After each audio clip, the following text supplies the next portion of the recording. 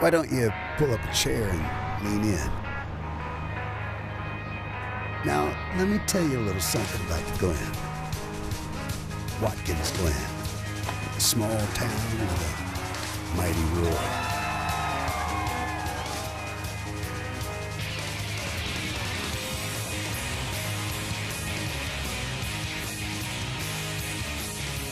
It all started back in '48, the day they stopped the trains. Dirt, gravel, cement, and an army of American pride. You know, that was the first race after World War II? Well, now you know.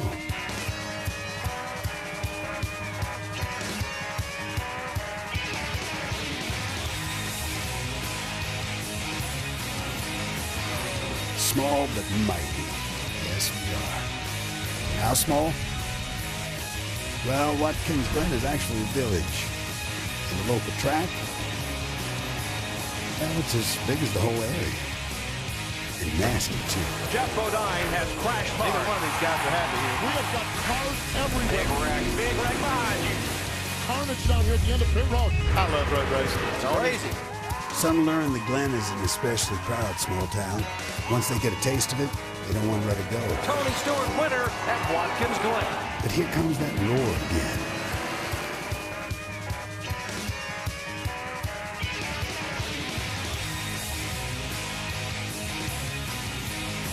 Rumbling off the plains down to the lake, throughout the entire village.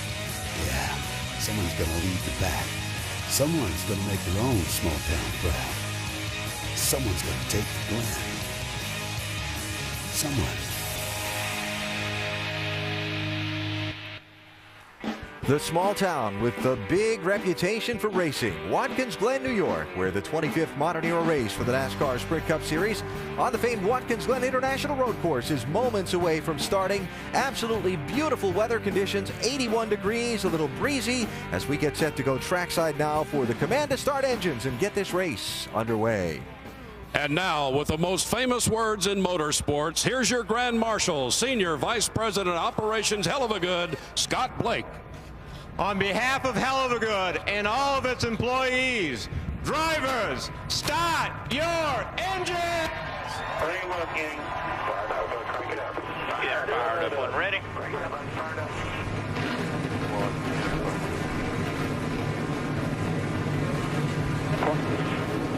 Fire one ready, big. Clear, okay. Tempo. We are ready for this field to roll off onto the course, and we are ready for all the action from the charge down the hill into turn one to the final corners of the final laps. And to take us through it all, we go upstairs to Dale Jarrett, Andy Petrie, and Marty Reed. Gentlemen. And thank you, Alan. Hello again, everybody. You know, you mentioned earlier about Carl Edwards being on pole. Roush Racing has won 4 road course races every single time they have started on pole. Maybe it's an omen for today for Carl and the team. But I know you guys want to talk about a couple of other guys a little further back, especially second and third. Well, Ganassi has his 2 cars in second and third, and Montoya, we know he's a great road racer, but Jamie McMurray comes in here and one-ups him in qualifying. So, you know, McMurray's done a lot of great things this year. Maybe he can get his first road course win. Ganassi's been strong. They won the Grand Am race yesterday. Got a great road race package here. Yeah, I'm going to go back just a couple of spots further than that. The man that I'm looking at, Tony Stewart. First or second in the last 6 races here. That's just an incredible feat. I don't know how you go about doing that with all the strategy that it takes, the things that are happening all around you, but Tony, obviously an excellent road racer. Talked to him yesterday afternoon. He feels very confident he can make that happen again. Flip side of the coin, Team Hendrick. Remember, Jimmy Johnson sat on pole for this race last year. He is the best of the 4 team cars, and that's 9th. Now, these guys have really struggled. I know they're working hard, trying to work together to come up with something that will work for all 4 of their cars. Well, they have been working hard, and they've taken notes from some other teams, Stuart Haas team, and they put a lot of this into this, a lot of effort into this race. They're still not giving up on it. Well, time for us to check in with our over-the-wall reporter. And this weekend, it's going to be Chris Brook. He's the front tire carrier for Robbie Gordon. And Chris, there you are. And got a question for you, buddy. What's going to be your biggest challenge today with these reverse pit stops? The biggest challenge is basically making no mistakes. You got to go out there and do no mistake racing. If you do that, you're going to be fine, and you're going to turn a 13-second stop, and everything works out. we're going to be in victory lane at the end of the day. Hey, you guys have a safe day down there. Good luck. Thank you, Marty. All right, let's also talk about the man who's going to be our in-race reporter, because he stunned everybody yesterday with his 3rd win in a row in the NASCAR Nationwide Series. He looked like he had total control. Will he have that control today? Well, we'll ask him when we come back here to the Glen.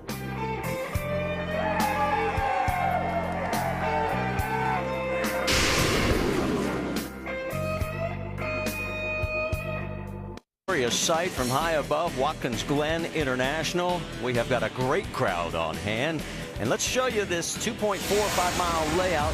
We look down from high above.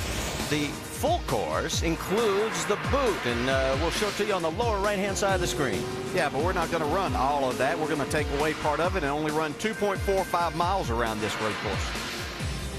We start down in turn 1, downhill, hard braking, up through the S's, fastest part of the track on the back straightaway, into the bus stop, Andy. And down this straightaway into the left-hander, turn 6, which is a very tight corner, fast corner, then to turn 7, and leads you down to the front straightaway. And the man who mastered it yesterday in the NASCAR Nationwide Series is our in-race reporter, Marcus Ambrose. Let's talk to him. Hey, Marcus, Dale Jarrett, the ESPN. You have a copy? Yeah, sure do, Dale. All right, Marcus, let's go right to a question from one of your fans. Sean in Gastonia, North Carolina, asked, what are some of the major differences at Watkins Glen and Sonoma, and how are you going to race differently here to capitalize today? It's going to be a long, tough day today. Sonoma's all about twists and turns. This track here, it's high-speed bends and brakes. You really got to manage your brakes here today, and it's very easy to get caught out in these high-speed corners, particularly turns 2, 3, and 4. So it's going to be a long day for all of us, but looking forward to it. Hey, Marcus, I want to get into the ability that you show as a road racer. I mean, you're a great racer all the way around, but on these road courses, you're just phenomenal, and I'm sure that you're going to tell us that the car has a lot to do with it, but we've seen you get in all kinds of cars and get the job done. Can you let us in a little bit on your secret about getting around here? If I knew, I'd put it in a bottle and take it with me everywhere I went, because I don't know why I go so good here in the road courses compared to the ovals, but I'm learning the ovals. It's still fairly new to me, and I hope one day to be as good as Jimmy Johnson and the rest of them. But right now, we're at Watkins Glen. We've got a chance to win. Can't wait. All right, have a great day, Marcus. Hope to see you back in victory lane again here today. Now, Andy's going to talk to your crew chief, Frank Kerr. Thanks, guys. Hope to see you in victory lane. Hey, Frankie Kerr, Andy Petrie in the booth. You got us? Hey, Hey, Frankie, you know, strategy is everything at these road courses, and you have to figure how many caution laps you're going to have. Usually use that as your calculation. With the new changes in the racetrack, are you going to have to adjust that number any? Absolutely. We are still figuring out here. You know, it's going to be tough because there's not going to be as many cautions. If there is, it's just going to be like a big one like yesterday. So it's going to be a cat and mouse game, fuel mileage, and if there is cautions, what you're going to do. Well, Frank, good luck with your strategy and good luck today. Thanks for talking to us. Thanks, guys, and hopefully we'll get wet again today at the end of the race.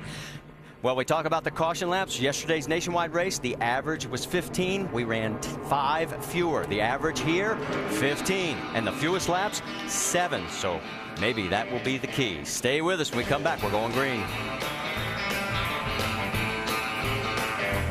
43-car field will be led to the green by Carl Edwards, picking up his 5th pole in his 215th start. It's the 13th different pole winner this year in the NASCAR Sprint Cup Series. Starting grid will come across the top of the screen. 3 cars did not make the field. J.J. Yaley, Dave Blaney, Tony Ave. We've got 1 car going to the rear. That's the number 12 of Brad Keselowski.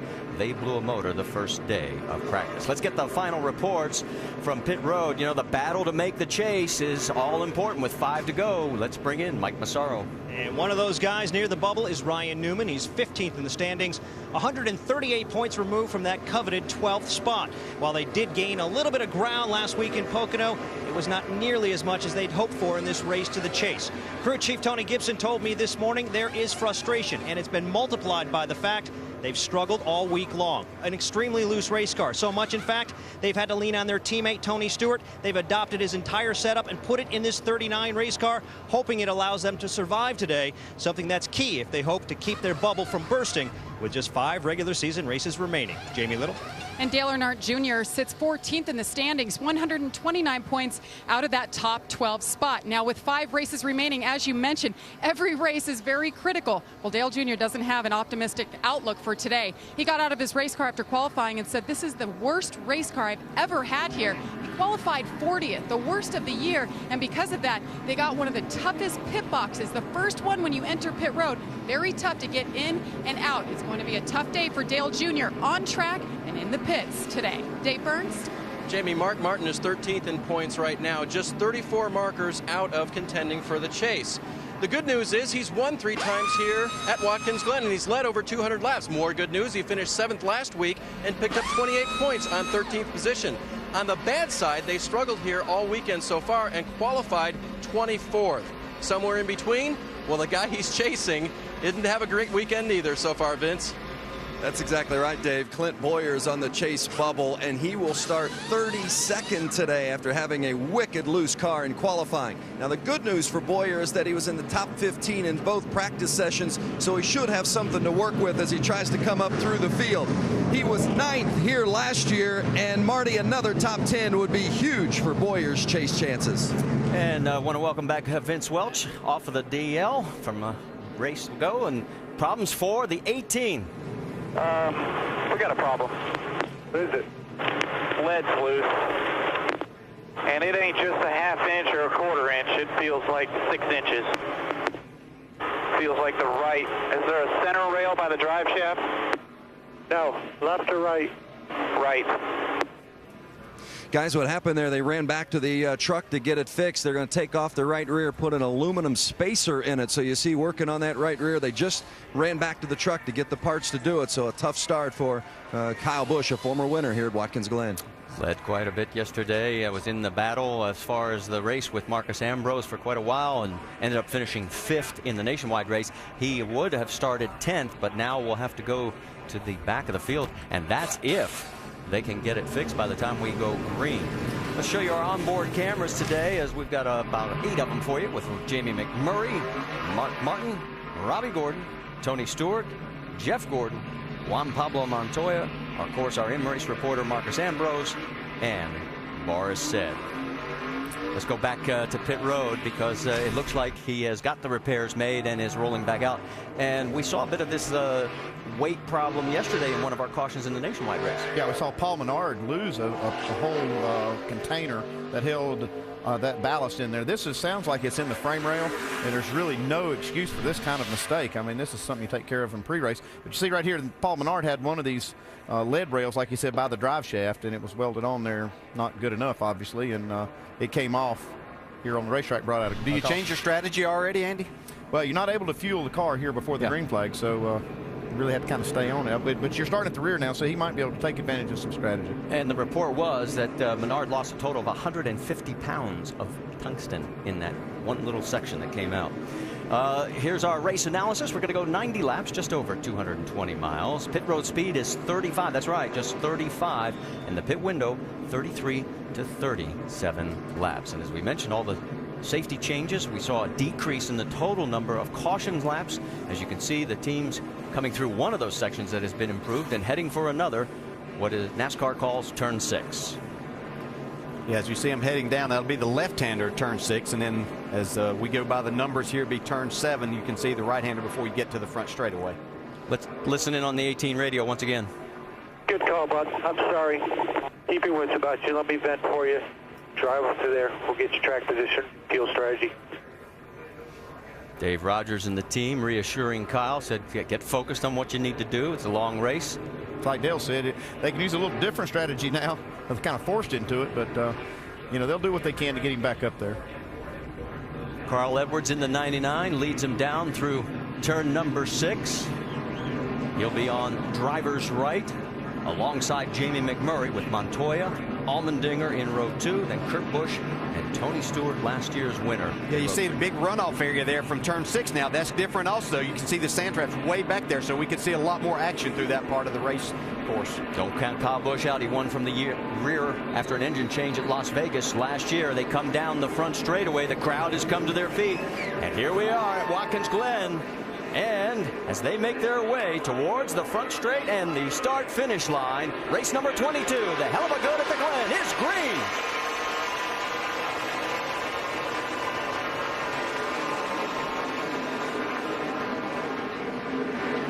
I saw some guys making some moves there before the start-finish line. We'll have to see how NASCAR viewed that.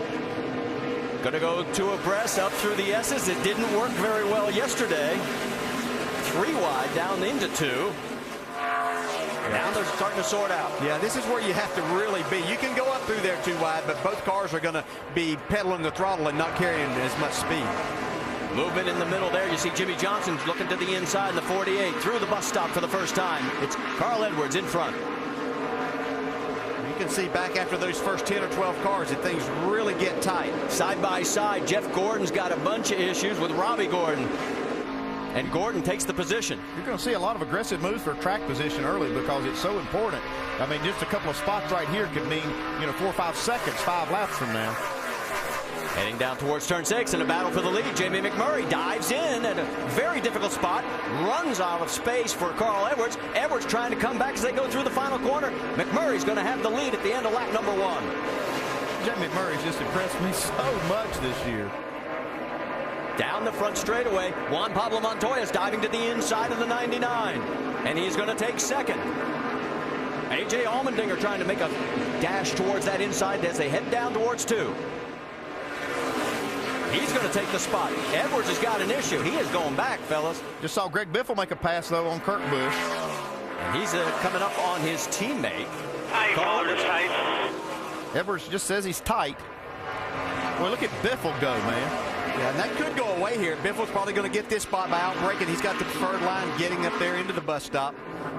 Already seen got a tight situation. It's just the front tires aren't gripping. That doesn't allow him to get back to the throttle and carry any speed off of these corners. These guys are clipping the corners so much they're getting over into the dirt. Let's check on the 18 of Kyle Busch. It looks like he has climbed a total of now at 6 positions. There he is, right behind the 07 of P.J. Jones. With the competition as close as it is this day and time, that's a tall order to try to pass these cars. Difficult road course, but the competition just so close makes it very difficult. Kyle will have to use all of his expertise here today. Kyle just picked off P.J., and next it's Elliott Sadler. And one of the big negatives is how much car he's going to have to use. Starting back there and making these passes, he's going to have to use a ton of brakes, and it's just going to be really hard on the car to get his way back up through here. Up front, you can see the top 3 are the same. Denny Hamlin trying to take a peek underneath the 48. Of course, right in front of the 48 is Marcus Ambrose, yesterday's winner. Yeah, and right in front of him is the man that's either won or finished second in the last 6 races here. So that's 2 guys we'll keep our eye on all day long here. Jamie McMurray through the bus stop chicane. You mentioned Tony Stewart. You had an interesting conversation with who he thought was going to be the key players. Yeah, he seemed to think from practice yesterday and what he saw from their computer and also on the racetrack. He thought that the 42 of Montoya, the 11 of Denny Hamlin, the 47 of Ambrose were the guys that he was going to have to contend with more than anyone else, just by what he saw from practice. But I see so far, you may want to throw McMurray in there. He might be thinking that right now. Kevin Harvick takes a peek to the inside. Cannot make the pass on the 36 of Ron Fellows. Fellows doing double duty, ran the Nationwide Series yesterday. Well, these 2 battled a little bit yesterday in that Nationwide Series. Obviously different race cars, but just shows their talents. And when you get these good road racers up there, you'll see them in whatever car you put them in. Now, Harvick finished 3rd, Fellows 6th in yesterday's action. In fact, the top 6 in yesterday's Nationwide race are all running today in the Sprint Cup Series. 26 of Patrick Carpentier with Joey Logano. And Joey, of course, finishing 2nd yesterday with a great run on the road course here at the Glen. Oh, he had a stellar day yesterday. He pushed Marcus Ambrose. He's really probably, besides Kyle Busch, he's the only ones that could really push Marcus Ambrose. Came up 2nd, but had a great race. Okay, you see him kicking up a lot of this dust. What's that going to do to traction coming out of that corner? Yeah, it's going to make things kind of dicey there, because every time you see that, it's putting something on the racetrack there with that dirt. But that's what these guys have figured out, that they can go across there, not lose the traction. They're driving straighter out of the corners. We see Montoya now getting ready to pressure his teammate for the lead. Yeah, he's turned the intensity level up a little bit here. He's made up probably half a second this lap on on McMurray. Well, this is the 9th race that Jamie has led here in 2010. He had led only one race at this point in the season last year. Allmendinger still running third. There goes Biffle. A little bit further back, Jeff Gordon was taking a peek on Robbie and was not able to get it done. Looking at the lap times, Montoya has just turned the fastest lap of the race, 1:12.4. Got Elliott Sadler making an early stop. He was running further back in the field, so he gets a top off and gets back out to racing. And Elliott's car's not that good. We're going to see a lot of different strategies, but somebody like Elliott, whose car's not that good, he didn't want to lose any more time to the leaders before he made that opportunity before caution came out. Biffle and Edwards right there, the teammates running 4th and 5th. Edwards started on pole. You heard him say the car is tight. Hopefully it comes to him. We do have a bit of cloud cover rolling in. No threat of rain, but it may cool down the track temperature.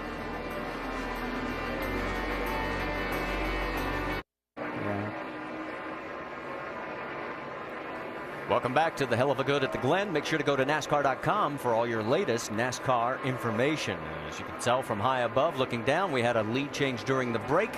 And you also have second place under contest as A.J. Allmendinger is trying to get around former leader Jamie McMurray. Let's hang with us just for a second to see if Allmendinger can pull this off. He's dogging him every corner right now. A.J.'s doing a great job. He is a good road racer, though. In the IndyCar Series, he won 3 road races and 2 on the streets, so he knows how to get it done turning left and right. That was back when he won the 2006 Champ Car Championship. And look at Jamie trying to take a peek on the inside, and he's got him.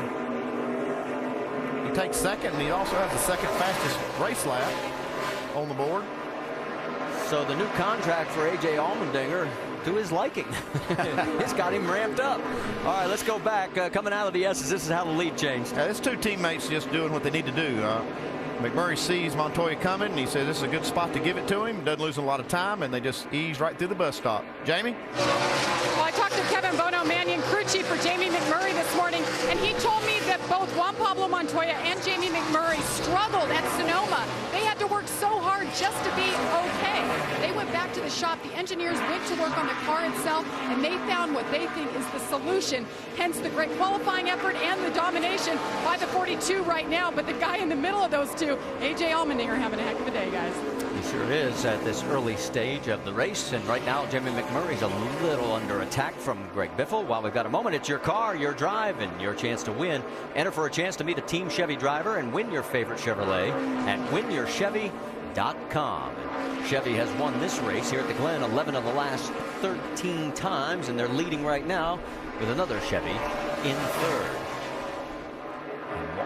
Juan Pablo Montoya's lead now 2.3 seconds, and Biffle closing down even more now on Jamie McMurray. Greg Biffle was fastest car in both practice sessions. There's you're all right, bud. Kevin Conway spun around in the bus stop. You're all good. Clear all around. Yeah. Kevin Conway, and that's not the first time or last time we're going to see that happen today. Oh, yes, that's an action spot. Well, they've given them some runoff room there, and these guys are all trying to carry some more speed through that part, getting in there. We've seen, conversely, a lot of guys be loose. They took away a big bump right there where Montoya just went. You see a battle back here. Carl Edwards trying to go around his teammate as Biffle's trying to get around Jamie McMurray, but they're really carrying more speed through this bus stop than what they have in the past. Kurt Busch right behind the 99, and we mentioned the fact that maybe the car would start coming to him as the run went on. And it looks like after losing the pole position and falling back to that position of 5th, he now is looking better. Well, like I said, the 16 car was really fast in all the practice sessions, but here we see Conway he just loops it getting into there, locks up the rear wheels, and that's just a case of having a little too much rear brake.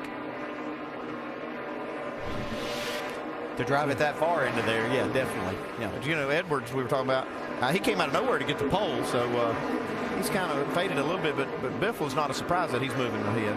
Notice Marcus Ambrose just went through the screen as well. And how about Kyle Busch? Let's hold for him because he has now picked up 17 positions. But Vince, is there another problem? Yeah, believe it or not, remember they had to come in, put that aluminum spacer in before they'd even completed a lap. So instead of starting 10th, they started at the rear of the field. Now they've got a throttle spring issue. Kyle reporting that the throttle spring has broken. And for more of a breakdown on that, let's go to Tim Brewer in the Craftsman Tech Garage. Thanks, Vince. A lot of the teams run dual return springs, but when you take one of these springs off, it gets very, very soft. But when a driver's already driven to the point of no return, got the throttle wide open, when he backs off that gas, you need those throttle return springs to shut down that engine because, hey, anytime you get in that situation, the throttle keeps pulling the car in the corner, you're going to get in a lot of trouble. That's right. You want to tell that car when to slow down. You don't want it to make its own mind up. Yeah, especially as that wall's getting closer. Yeah. Well, he's got the throttle down more than he's got it up right now, the way he's headed forward. And Kyle needs another good run. He's had only one top 10 finish in the last 7 races. Here we go. Marcus Ambrose looking inside of the Blue Deuce, and he's got the position over Kurt Busch. I'm telling you, this is one of the guys you just have to watch. He knows how to make passes here. As difficult as it is with the competition as close as it is, he still knows how to make passes, and that's just what allows him to be able to get himself to the front when some others struggle to do that. Marcus has now picked up 5 spots from his 11th starting position. He is now 6th, and his next target would be Carl Edwards. Everybody's chasing the 42 of Juan Pablo Montoya. His lead over A.J. Allmendinger, 4 seconds here at the Glen.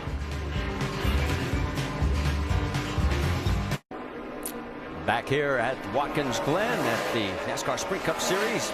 Watkins Glen race presented by GoDaddy.com after 13 laps. And here's Robbie Gordon going underneath Jimmy Johnson with Jeff Gordon trying to follow along. And both of them will make the pass. So he's slipping a little bit right here. That is for 12th position on the racetrack. Yeah, that's about 4 spots that Jimmy Johnson's lost just, I think, pretty much on this lap. We saw Boris Said and Sam Hornish go around him before these two, and now he's going to lose another to Ryan Newman. Newman's got the inside track through 1, and again, everybody's just sort of knows their space out there, so they say, well, you go ahead and have that space. I'm taking the racetrack.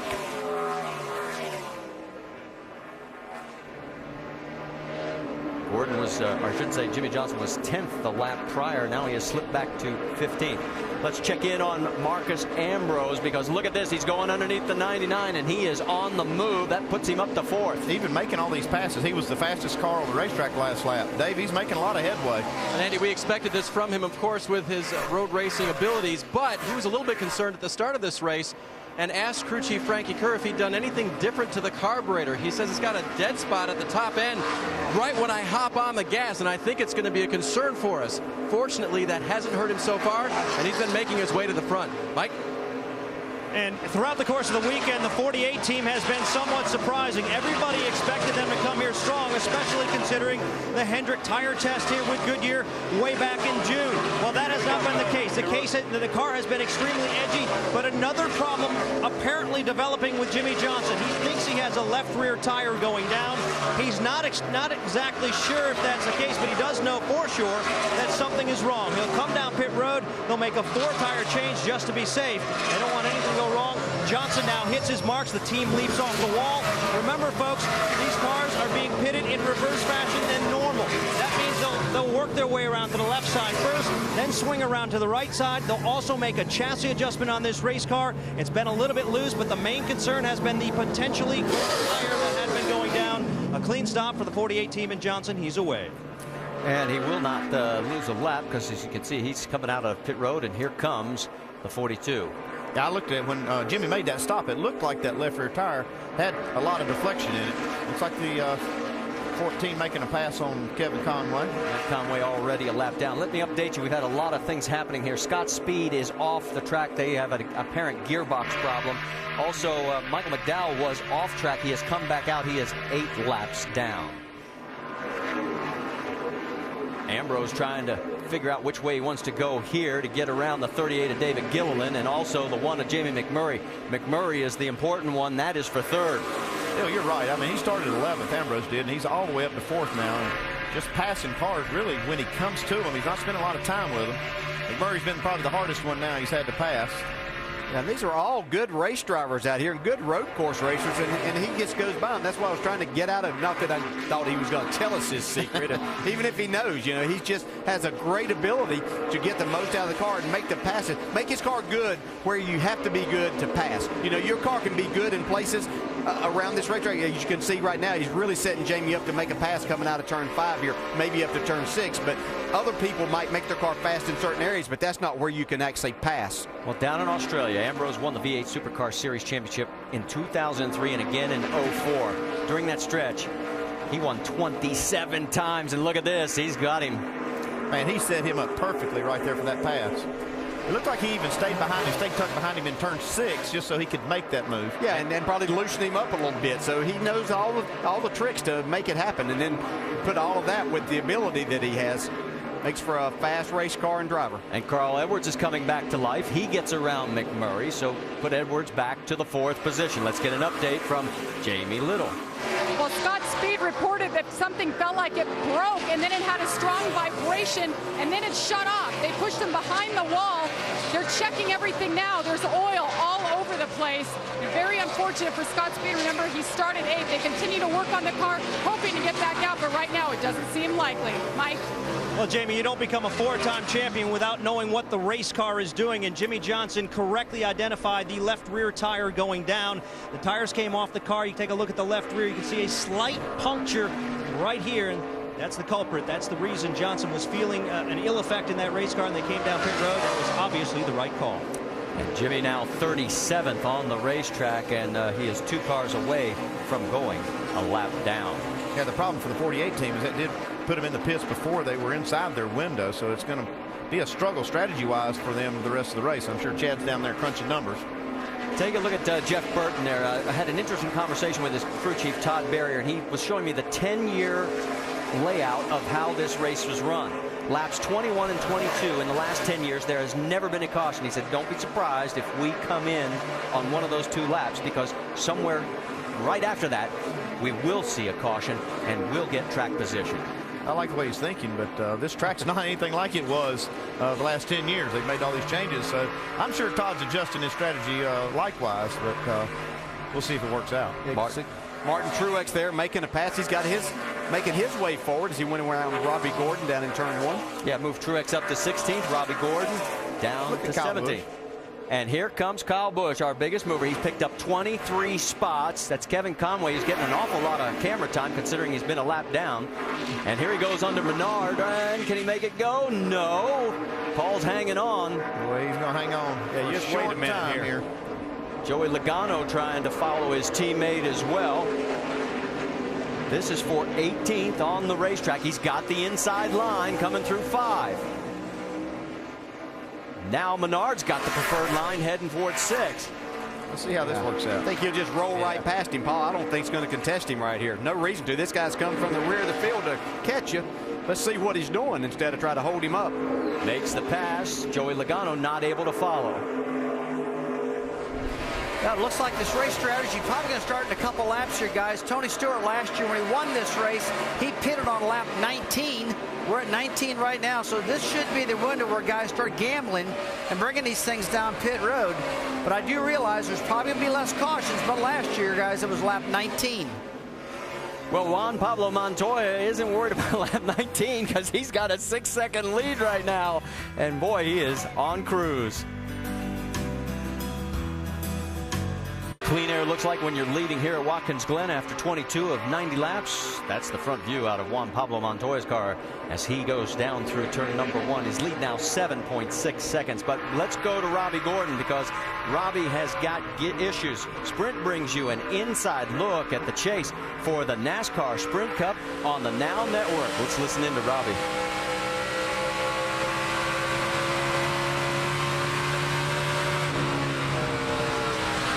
Inside. Another one coming, another one.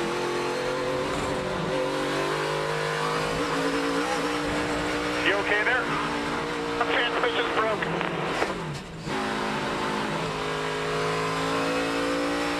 Nice, copy that. Transmission. Possible transmission. 10-4, I copy. And it sounds like it's third gear based on what you guys have been able to tell. And for more NASCAR stats, in-car audio, and live race radio, check out NASCAR Sprint Cup Mobile at sprint.com/speed. You can see how much it's affected him.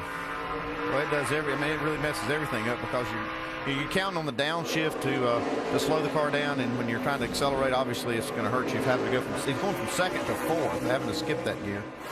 Kyle Busch will be coming up on him quickly now and should make quick work of Robbie with the fact he does not have that full transmission package, and he does going into turn number 6. So now move Kyle up to the 17th position, and remember that's 25 positions better than when he started. Here's one guy who is just flying. He's led 18 laps now. In fact, for Juan Pablo, he's led more laps today than he had in his 7 previous road course starts. Combined led here 2 in 08, 7 in Infineon. And the 83's in, Mike. And Boris says he's a little bit loose off. The only place he's really tight, though, is through the carousel. So his instruction to Jimmy Elledge, he wanted to be loosened up a little bit. They'll do that and also take 4 tires in Sunoco race fuel, Dave. And Sam Hornish gave Travis Geisler, his crew chief, a little bit of a challenge. Can you fix the center of the corner where I'm tight, but also fix 3 in and 3 off? He said, nope, but I'm going to go to work on the center, a track bar adjustment to try to help that tight condition.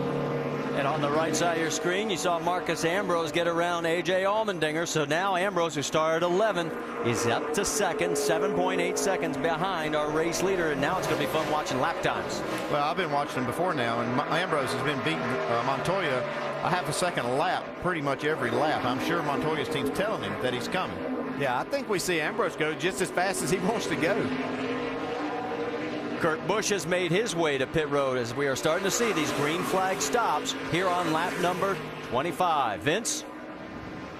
Kurt Busch loose on entry in the rear of his race car, and that's something that's certainly been a common theme for teams throughout the course of this weekend as they try to get their hands around this Goodyear tire. 4 tires and Sunoco fuel for the 2 of Kurt Busch.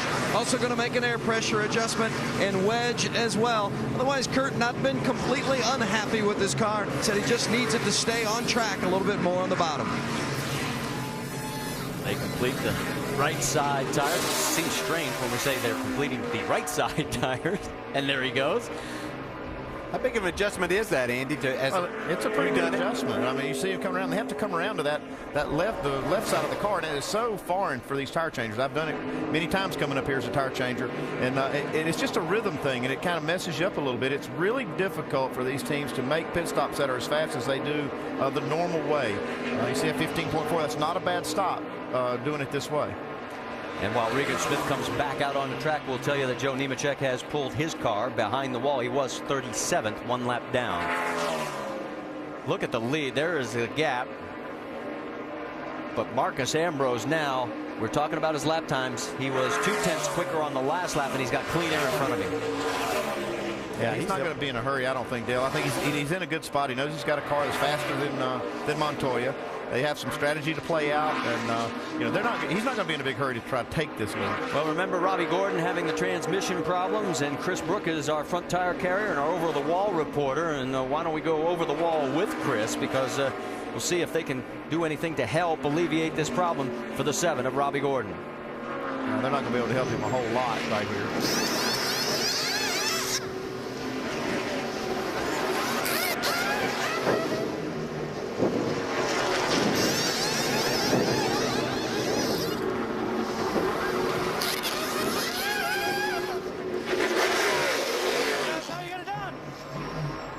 And as he goes out, Juan Pablo Montoya comes in, Jamie. Remember last week there was a lot of controversy in this pit. Juan Pablo drove off the jack 2 times. This time he's listening.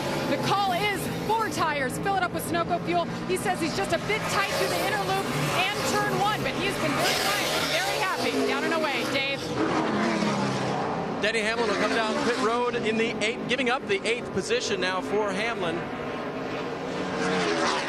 There he is right there. Then he needs 4 tires, and they're going to, on Hamlin, they really haven't said anything about the car. I think the balance has been good for him. Rennie's not going into the car at this point. All they said at the beginning of the race was see you on lap 28. Kevin Harvick, the championship leader, pits behind him as well. His car was loose off. He needed some rear grip for Harvick. They reduced the air pressure in those rear tires. Mike? And Jeff Gordon is down and away. They've made some air pressure adjustments, also a slight chassis adjustment. Gordon saying he was pushing in the middle of the rights and loose in the left-hand turn.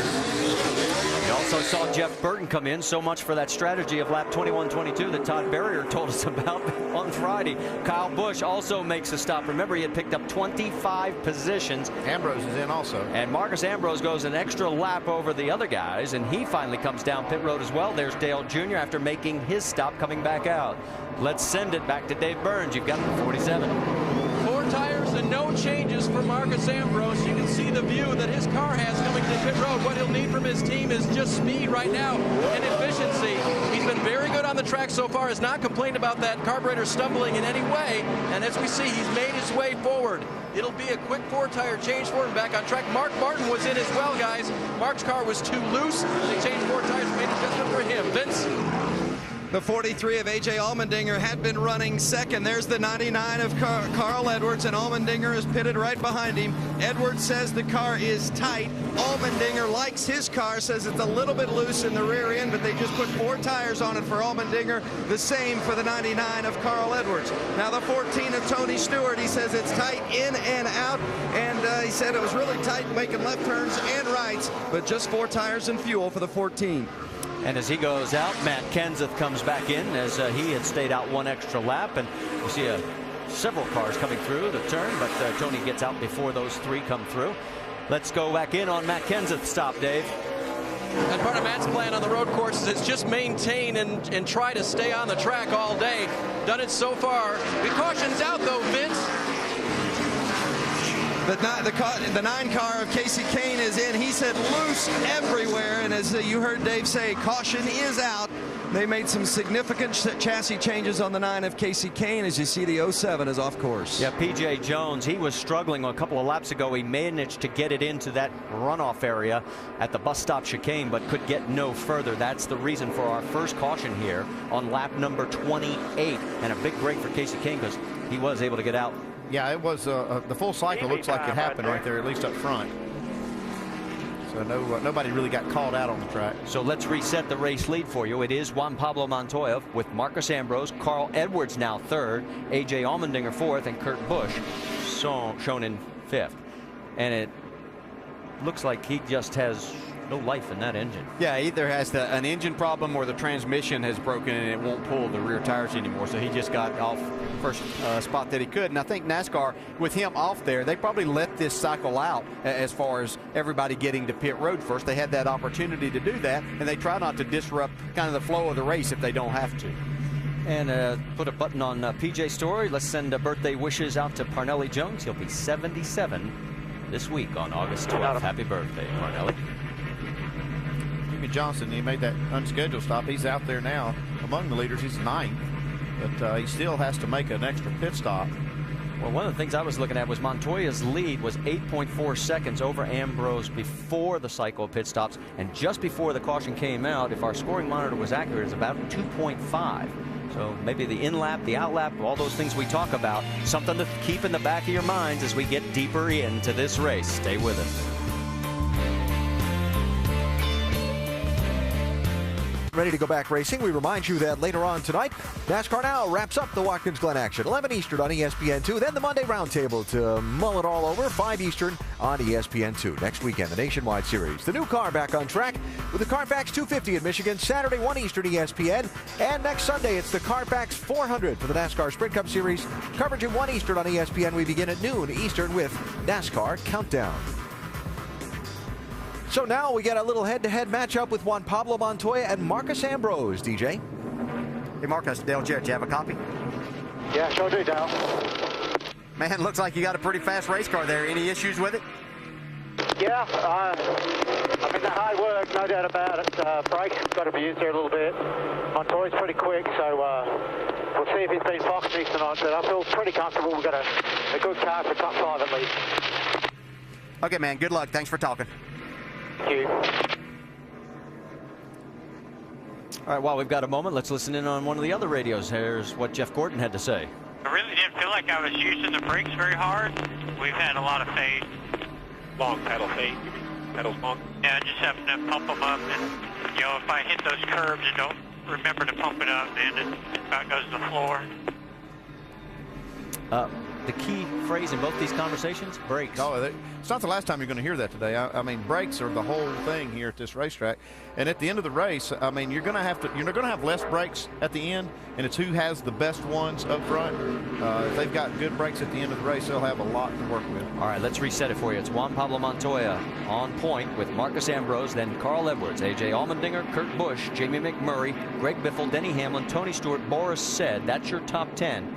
Sam Hornish Jr. and Jeff Gordon back in row number 6. Pace car pulls back onto pit road. They'll come down the front straightaway. Again, this great crowd here at Watkins Glen comes to its feet on the main grandstand. And we're waiting for the green flag to fly. And come on, guys, throw it. Let's go race it. Here we go. Great restart for Montoya. Look at this, 4 wide. Tony Stewart's trying to make a move. It's a big move, getting into 1. Denny Hamlin side by side with Jamie McMurray, as you see there. Sam Hornish Jr. on the inside, also 3 wide up through the S's. It better sort out quickly. Yeah, and Carl Edwards got by Marcus Ambrose on that. That's a big move there. That's going to give Montoya a little cushion. Yeah, Ambrose did not get a good start getting into turn 1. Kurt Busch coming up on him. Jamie McMurray. There's Denny Hamlin and Tony Stewart side by side. Hamlin gets in front and holds the position. Right behind is the 83 of Boris Said of Stewart. Then there's Greg Biffle. Already, Juan Pablo Montoya trying to open up a bit of ground.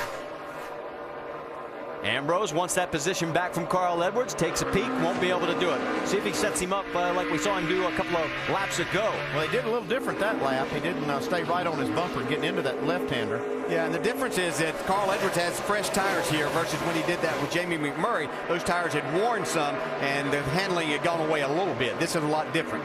He's going to try to outbrake him into 1 right now. And is he going to be able to pull it off? Remember, he said he's been using them hard to get up this far. He's got the spot, and here comes Kurt Busch trying to go by as well. And we call it outbraking. It should be less braking in there because he carries more speed, but he did a great job. Nice pass. So Carl goes back 2 spots in less than a quarter and a half. A.J. Allmendinger now closing on him.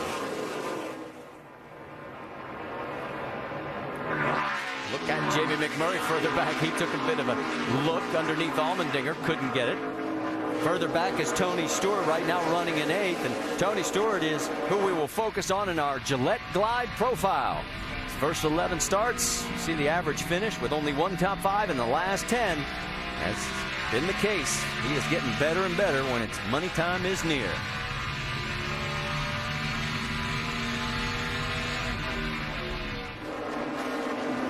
Tony right now 3.3 seconds behind the race lead. Carl Edwards still has A.J. Allmendinger trying to take a peek at him. Tony's got to get on his horse to catch up to Denny Hamlin. Yeah, but I think Tony knows that we're just over a third of the way through this. See Allmendinger jump out trying to make a move on Carl Edwards. Has to jump back in line. A little tire smoke from Carl. He goes wide. Can Allmendinger sneak underneath him? Here they come through too. AJ's got the preferred line. Well, you saw that move that Allmendinger made by moving out of the mirror of Carl Edwards. That made Carl overdrive that corner a little bit. You saw the tire smoke, puts him out of position, and Allmendinger made the pass easily. Yeah, you glance up in the mirror, you don't see that guy. All of a sudden, you're too far down there. You have to apply a little more brake, just like you said, and it was perfectly done. Carl has to take the defensive line through the bus stop chicane because Jamie McMurray was coming fast. Now Jamie's got his mirrors full of the 11 of Denny Hamlin. While all this is going on, guess what? The battle up front's getting a little tighter. Here comes Ambrose, closing on Juan Pablo Montoya, and in 3rd place, Kurt Busch, making a fine run right now. I'm sure Montoya's team's been telling him Ambrose has been coming and running fast laps, but this is the first time he's seen it firsthand. He's got him right in the mirror now. I guess the question is, if he gets up close to him, how much will he want to use up the car, especially those brakes, just to get the lead? He'll want to use them a lot because if he can get by this car, if he can get by Montoya, he can get out there and set his own pace and use the brakes the way he wants to use them. Yeah, we got a lot of laps, but this literally could be the pass for the win because there's so much strategy involved in how difficult it is to pass, especially someone like Marcus Ambrose, who has such a good race car and such great skills here. Well, you saw on turn 1 that Juan Pablo lit the brakes up a little little bit. Smoke in the right rear tire going down into one. Here we go, heading for the bus stop. Gives him something to think about, but Ambrose pulls back in. You're going to see these guys use that strategy of just pulling out of the mirror, just getting out of it, moving over, even if they're not there. That guy in front doesn't know how far up he is when he can't see him. Through turn 5. Ambrose not close enough to make it an issue, heading to a 6. Yeah, and even though these guys utilize, most drivers and teams will utilize about 3 spotters around this racetrack, you still can't rely on, as a driver, them to know and be able to see exactly what's taking place there. Coming through turn 11 again. Marcus close enough. Is he close enough to make a pass at the other end of this front straightaway? Doesn't look like it this lap. We've completed 34 of 90 laps. Again, he looks inside, thinks better of it. Montoya has led 27 of them. McMurray 5, Marcus 2. They've been our 3 leaders. We've had 4 lead changes. We're on board with Marcus. Yeah, up through a very fast part of the racetrack here.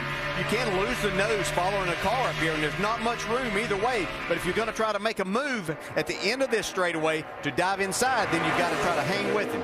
Here he goes, taking another look. Can he outbrake him? Not this time. Boy, he sure made Montoya drive hard into that corner. Boy, he did. You can see Montoya's car wiggle a little bit, which meant he was on the brakes a little harder.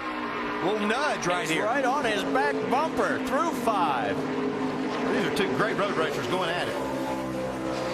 This is fun to watch. Hope you are enjoying this at home. We're not even halfway through this race yet. These guys are running like it's the last 2 laps. You know, Ambrose seems to have the ability to really charge a corner hard, not slow his car down, but not be out of shape in the center and then get the drive off. Most other drivers, if they're going to get that drive off, then they can't get to the corner that hard. And he's just able to do all the things that you have to do to be really, really fast. See him close in once again. See Montoya actually slide the right front tire just a little bit in the center of the corner there. Coming up through the S's. Here they go again. Montoya. One place looks like Montoya is better than Ambrose is in this part of the track. Well, I think it's a lot of it may be, or some of it may be the fact that when you're the car behind there, you're not getting the air to your nose of your car, and so you're having to kind of float through there a little bit, and so then you lose a little bit of time because you can't stay completely in the throttle. He's in the throttle here, though. Just to let you know, folks, we're staying on this because this is the best battle on the racetrack. This is the one that's nose to tail, and it just happens. Oh, look at that. Race Look lead. at that. Here we go. Off the track. He's going to make a move right here. Montoya knows it, too. You see him trying to block. Here he comes. Can he make it stick? He's looking to the inside. Montoya's having none of it. Okay, if Ambrose get a good run off this corner, he can make that pass in turn 1. Oh, so close to that safer barrier. Montoya got off the corner pretty good, though. Yeah, this makes it so hard when you have 2 guys with just exceptional talent here. Here we go. He takes another look, but again, just not close enough to dive for the corner. Well, it's such a great shot from Ambrose's car to see just how Montoya's driving this thing. He's having to walk it around. It's just loose, and he's staying in the throttle. It's like you say, Dale, I think just having that lead really helps Montoya up through the S's. That's probably the fastest part of the racetrack in the corners. While these two have been knocking each other tooth and nail, the guy behind, Kurt Busch, is holding station very well. He's not letting those 2 get away from him by that much. No, but even as hard as they're racing each other right here, they're still running the 2 fastest laps on the track, which is pretty amazing. You'd think most of the time, because you're looking in the mirror, if you're the guy in the lead, the guy behind obviously is wanting to try to go, and you might not, you'd be slowing down some, but that's not the case with these 2. While you continue to watch this, let me update you. Behind Kurt Busch in 3rd, it's A.J. Allmendinger 4th, Carl Edwards 5th, Jamie McMurray 6th, and Greg Biffle in 7th. Let's try it one more time, going down towards turn number 1. Looks like Ambrose kind of settled down just a little bit right here for a lap or so. Yeah, he has a little bit. And I'll tell you what makes it more difficult for him trying to make this pass is the engine that's in that 42 car. I mean, he's doing a great job of driving, but you can see him stretch it out on these straightaways, and that's a big advantage to him. And that's another place. That engine really helps up through this section of the racetrack, up this hill. Well, maybe he's changed his strategy. Instead of diving for turn 1, trying to get the momentum coming up here, maybe get him going into the bus stop. Well, as you try, as you go around with each lap, you think about something a little bit different. Okay, I'm not going to be able to make the pass right here, so I have to try a little different strategy. Can't get it done again. They follow each other, nose to tail through the bus stop chicane. This has been going on now for about, what, the last 4 or 5 laps. There's been less than a car length between the two of them for most of each one of those laps. We talk about the ability that Ambrose has, but just, I tell you, leading in a situation like this on a road course, I mean, there's so many opportunities just to overdrive it just a little bit, and that guy behind you is going to pounce. Montoya hasn't wavered not 1 inch. Well, he hasn't flinched. You're right. I mean, that's got to be difficult to do what he's doing from the lead. Let's give it one more shot here down the front straightaway. We've been watching this for the better part of 8 minutes right now, and there's another thing maybe we need to think about it. Maybe Marcus is saying, hey, I got to let these brakes breathe a little bit, cool them down, maybe take a little run a little bit later. Yeah, there are definitely some of the times that he has to pull out to cool his engine and his brakes some. Well, we'll let you know as we get ready to head to commercial break. Elliott Sadler had a bit of an off, no contact, no yellow. He's back on track. He's A-OK.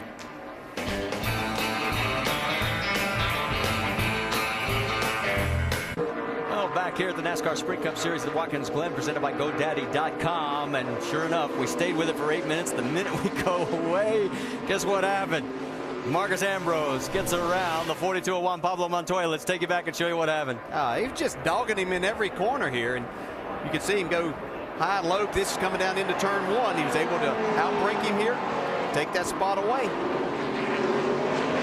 They've been going at each other for so many laps that I think Marcus looked in the mirror, saw that 2 car. You can see right there, he's getting closer. Kurt Busch, he said, I got to go. Yeah, because if the 2 car gets to him, he's got to play defense a little bit. He can't be on the offense nearly as much, so he made things happen. Inner loop now. And we got a coming in. Bobby Labonte in a very precarious position, right in the middle of the race line. He can't get the car refired. Also, Brad Keselowski, that's coming out towards turn number 6. And we have our second caution.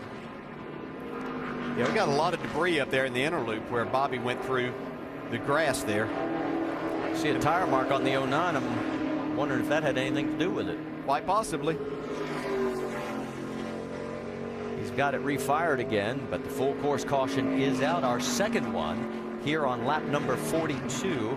We're almost to halfway. Joe Nemechek, we should tell you, went back out onto the track. He was behind the wall for a while. Also, as we said, P.J. Jones is off. Michael McDowell has come back out on the track, and Scott Speed. All right, here. Whoa. Yeah, that's what the problem is. That's where that donut came from. 2 veteran drivers going at it.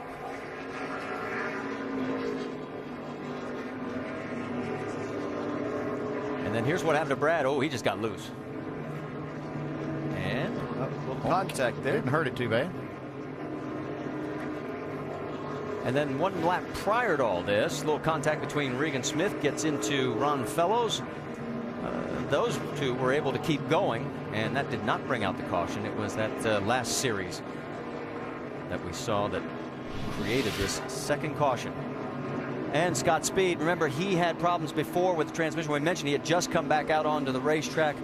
He's in 41st position. It's a little bit of a break for Jimmy Johnson. He had to make that stop under the last caution because he had made that earlier stop to get back on sequence. He's made his way back up to 21st, and this enables him now to close up with the field and make up some of the time he lost. Yeah, he restarted 31st, and you're right. He gets a lot of track position back, especially with the side-by-side double file restarts. Let's listen in on Juan Pablo. Keep doing your thing, man. He's driving like a maniac. Keep being smooth. You're all good. Sounds more like we were listening to Brian Patty. To me, like all of them were driving like maniacs. Well, it was fun. I guarantee you that. It was fun for us. I hope they were having fun. You know, we were talking about the number of caution laps and how it affected yesterday's race. Because of the new safety improvements, we were 5 fewer caution laps than average. And look at this right now, guys. We are almost to halfway, and we are working our 4th caution lap total. Yeah, this one shouldn't last too long. They just got a little grass over there in the bus stop. They need to clear away and go back green. I don't believe you'll see any of the leaders pit here because nobody's inside of a window. Well, and if this had been the old track and they got over into that gravel, we'd be dragging them out, cleaning it up, take a lot longer. Let's listen in on Marcus Ambrose's radio. Save all you can on fuel. Everybody shut off that's going by here. So just keep it running. Yeah, I think that's good. That was a good call there, Frankie. Hey, Dave, what are they saying?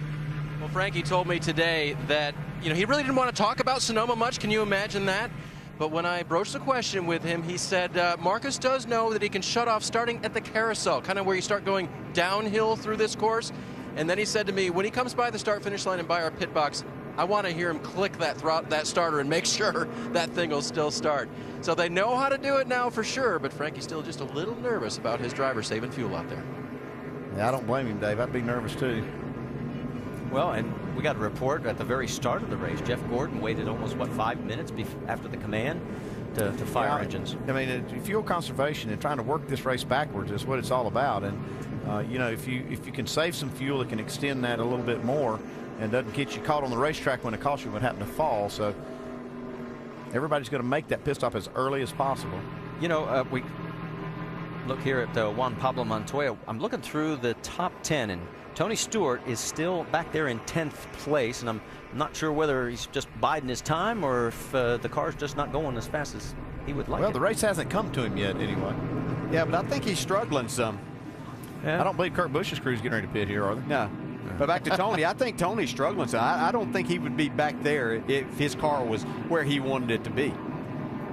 Remember, the last 6 years, he has finished either first or second in each of those races. Is Marcus getting a little fake? It wouldn't work. No, he makes a little dive, and everybody says, you go ahead.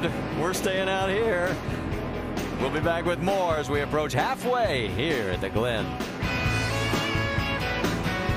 GoDaddy.com is brought to you in part by Nationwide Insurance. Enter this code at CodeSpotter.com for a chance to win a Roush Ford Mustang. Time now for the AT&T Fastest of the Year award. 24 is currently in the lead, but you can help determine the standings. Vote from your AT&T phone by texting the car number to 2258 for the pit crew you think is the fastest and the most valuable. We're going to squeeze in another quick break here. We're still under our second caution, approaching halfway at the Glen.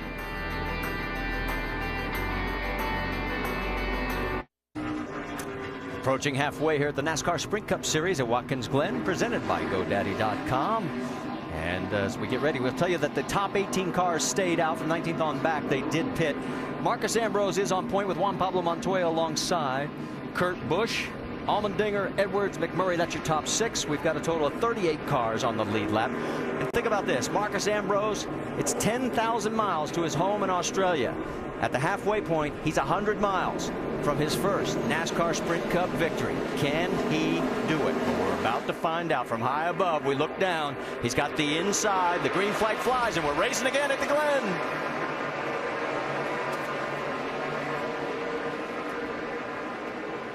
Boy, he didn't get snookered on the start. Whoa, on the outside, AJ, 3 wide. Yeah, 47's Montoya's coming out with the lead. Montoya squeezes through. Kurt Busch squeezes through. There's something that seems to be wrong with Ambrose's car. He got a good start, but then under braking, it just seemed to slow down.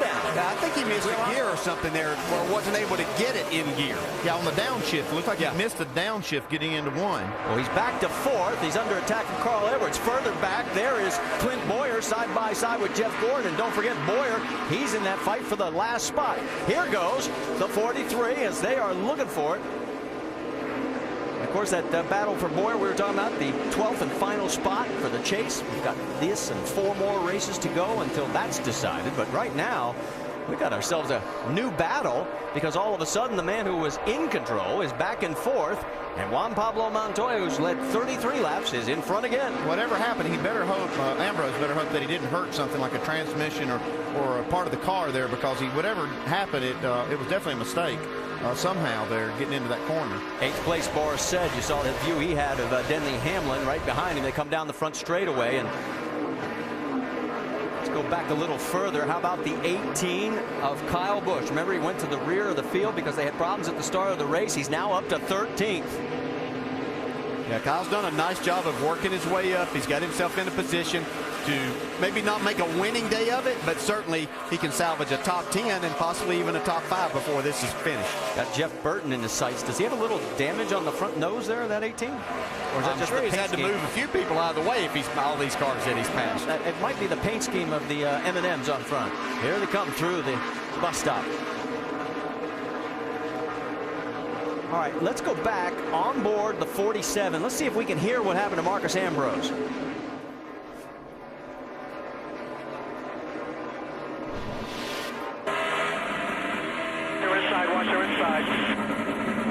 that wheel hop. You hear it right there. Out there, 3 wide bottom, 3 wide bottom. Back to 3 wide bottom. Okay. In case we've got some new viewers, explain the wheel hop. What happens is on the downshift, when they're getting under into the corner under real hard braking, they downshift, and what it does, it makes, if you don't hit it just right, it can make those wheels start hopping in the rear and lose a ton of traction, and it looks like he's got things worked out now. He makes a pass on Allmendinger. So put him back into third place. The only way to really get rid of it, you got to hit the clutch. Yeah, you can hit the clutch, but that's really hard to do in that situation, and sometimes you just don't get those revs matched up with your wheel speed, and it starts that, and so it's just a mistake on his part. The good thing about him is he's able to make passes, and he can work his way back to the front. Had a glimpse of Kevin Harvick. Remember, we always talk about he sort of sneaks up to us at the end of the race. And remember, he finished third yesterday. He's up to 10th right now in that number 29. Marty, you said something a while ago as we were talking about the chase and trying to position yourself there. A key thing that you have to look at this race, 38 out of 37 on the lead lap. If you have just any kind of problem, a flat tire like we saw Jimmy Johnson, if someone else has this that's trying to work their way in there or trying to stay in the chase, then that can be devastating to your chase hopes. I've always worried about this race for that reason, Dale, because even on the last lap, you could be running third on the last lap and break something and finish 33rd or worse. Well, as we come down this front straightaway, it is now Montoya, Kurt Busch, and Marcus Ambrose now back to third. Rusty? I'll tell you what, guys, in that replay, we're listening to Marcus Ambrose's car from inside, and one thing I heard right away was the engine laid up against the rev limiter real hard as he was going down into turn 1, and as a driver, I tell you, that'll really confuse you on your downshifts. The thing was turning so many RPM, and that all happens because we were on a restart right there. As you see, caution now. Martin Truex spins and keeps going, no problem. Right side, and no caution. Clear right there. Keeps going, back out on track. It's probably a hard decision to make on that start, whether to go ahead and shift it into high gear or to go ahead and leave it in third or second if that's the gear that you're going to try to get down in that corner. It looks like that's what Ambrose tried. Truex has got a tire rub on that left front. Let's go back and show you exactly what happened. He was 22nd. See, he tries to get down in under Sam Hornish. He connects with Hornish, and that's where the rub is. You can see it. Yeah, and Ambrose got a great start, and he might have just been torn between whether he was go into high gear or keep it in third before he downshifted. So he was up against the chip, and then he had too many RPMs whenever he did decide to downshift. But he's making his way back here in a hurry. He's going to take over second right now from Kurt Busch. And here he is, diving into the corner again. No wheel hop that time. Let's get an update on the two. Vince. Well, it's been a pretty solid day for Kurt Busch, despite the fact you just saw Ambrose go by him. They were really loose in the rear end on entry prior to their first pit stop. They made some chassis adjustments that helped the car quite a bit. And remember, and although we talked a lot about Kyle Busch being so good on the road courses, Kurt's not too shabby either. He led 23 laps here last year, finished 7th, having another good run here today at Watkins Glen. Dave Burns? Vince, the guys talked about the ability of the 47 to come back, and part of that is a result of the practice session they had here on Friday. They had 2, and the first one, they weren't very good. Crew Chief Frank Kerr told me that they had to make some major changes between the practices. It was the rear end that wasn't secure for Marcus Ambrose, and they got that done. The first practice, I think they were only 7th quick. On the second practice, they got up to 3rd quick, and obviously have the speed in that car that this great driver needs.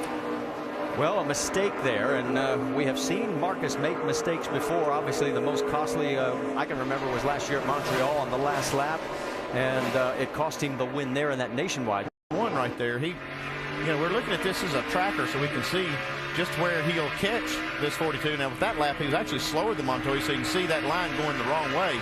It's actually still going downhill. If that line ever turns back up towards the baseline, you see that white line, that's the lap where they cross where that pass should be made.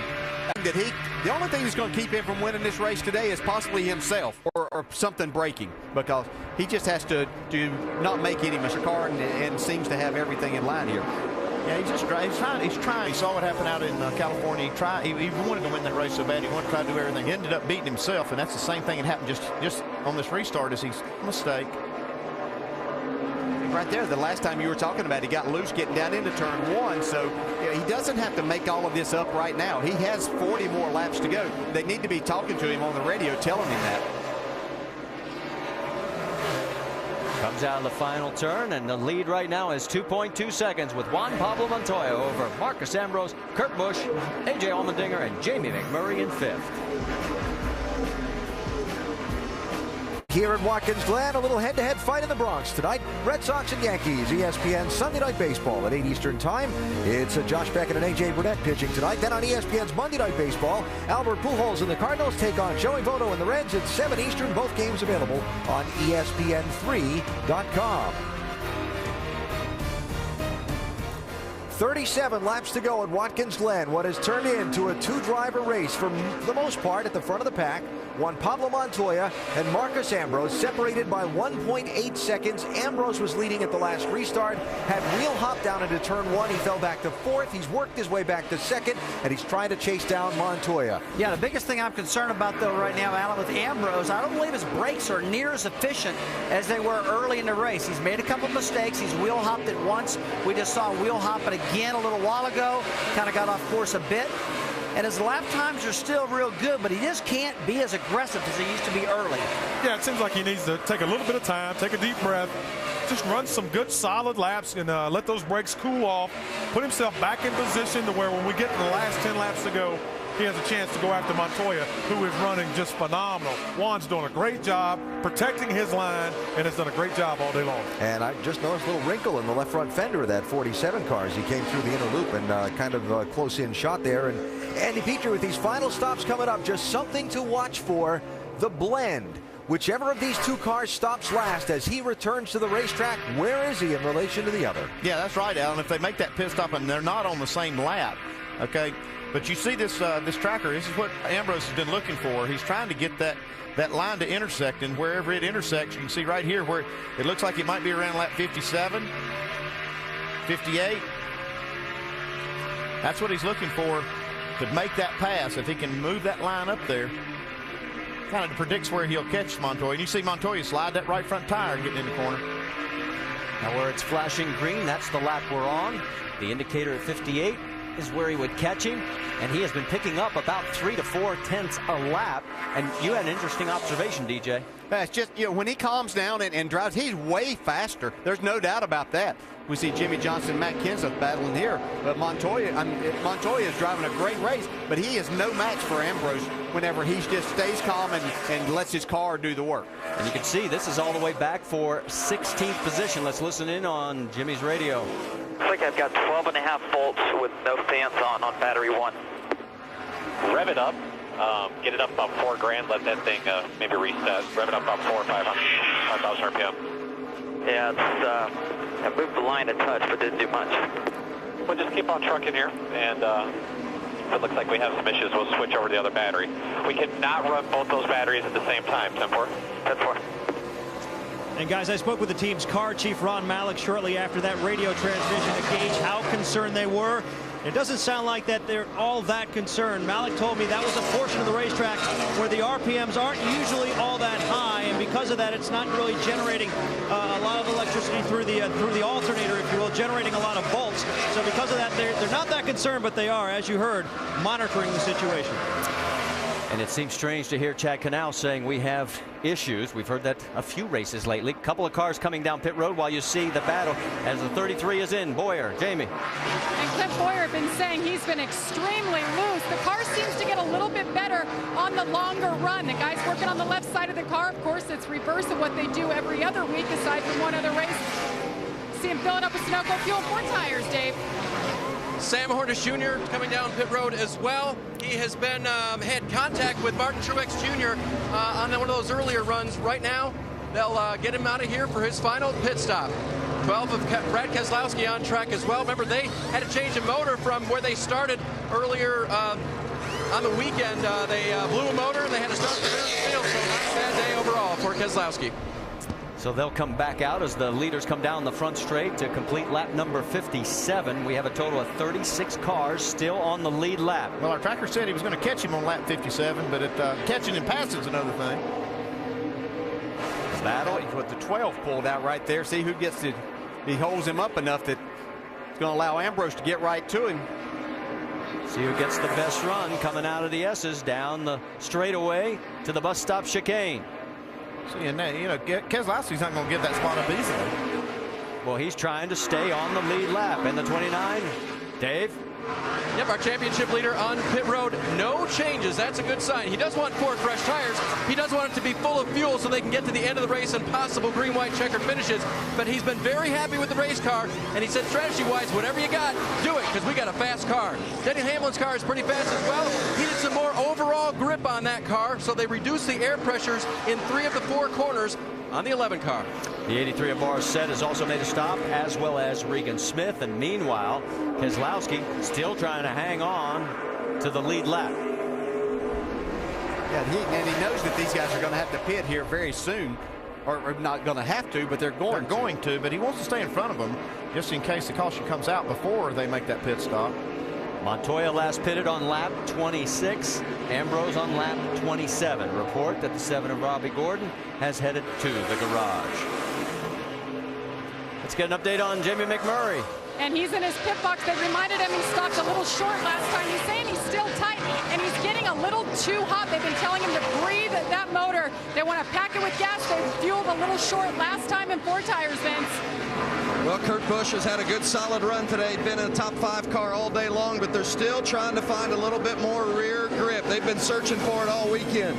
4 Goodyear tires, air pressure adjustments on all 4 tires, and around a wedge. Dave?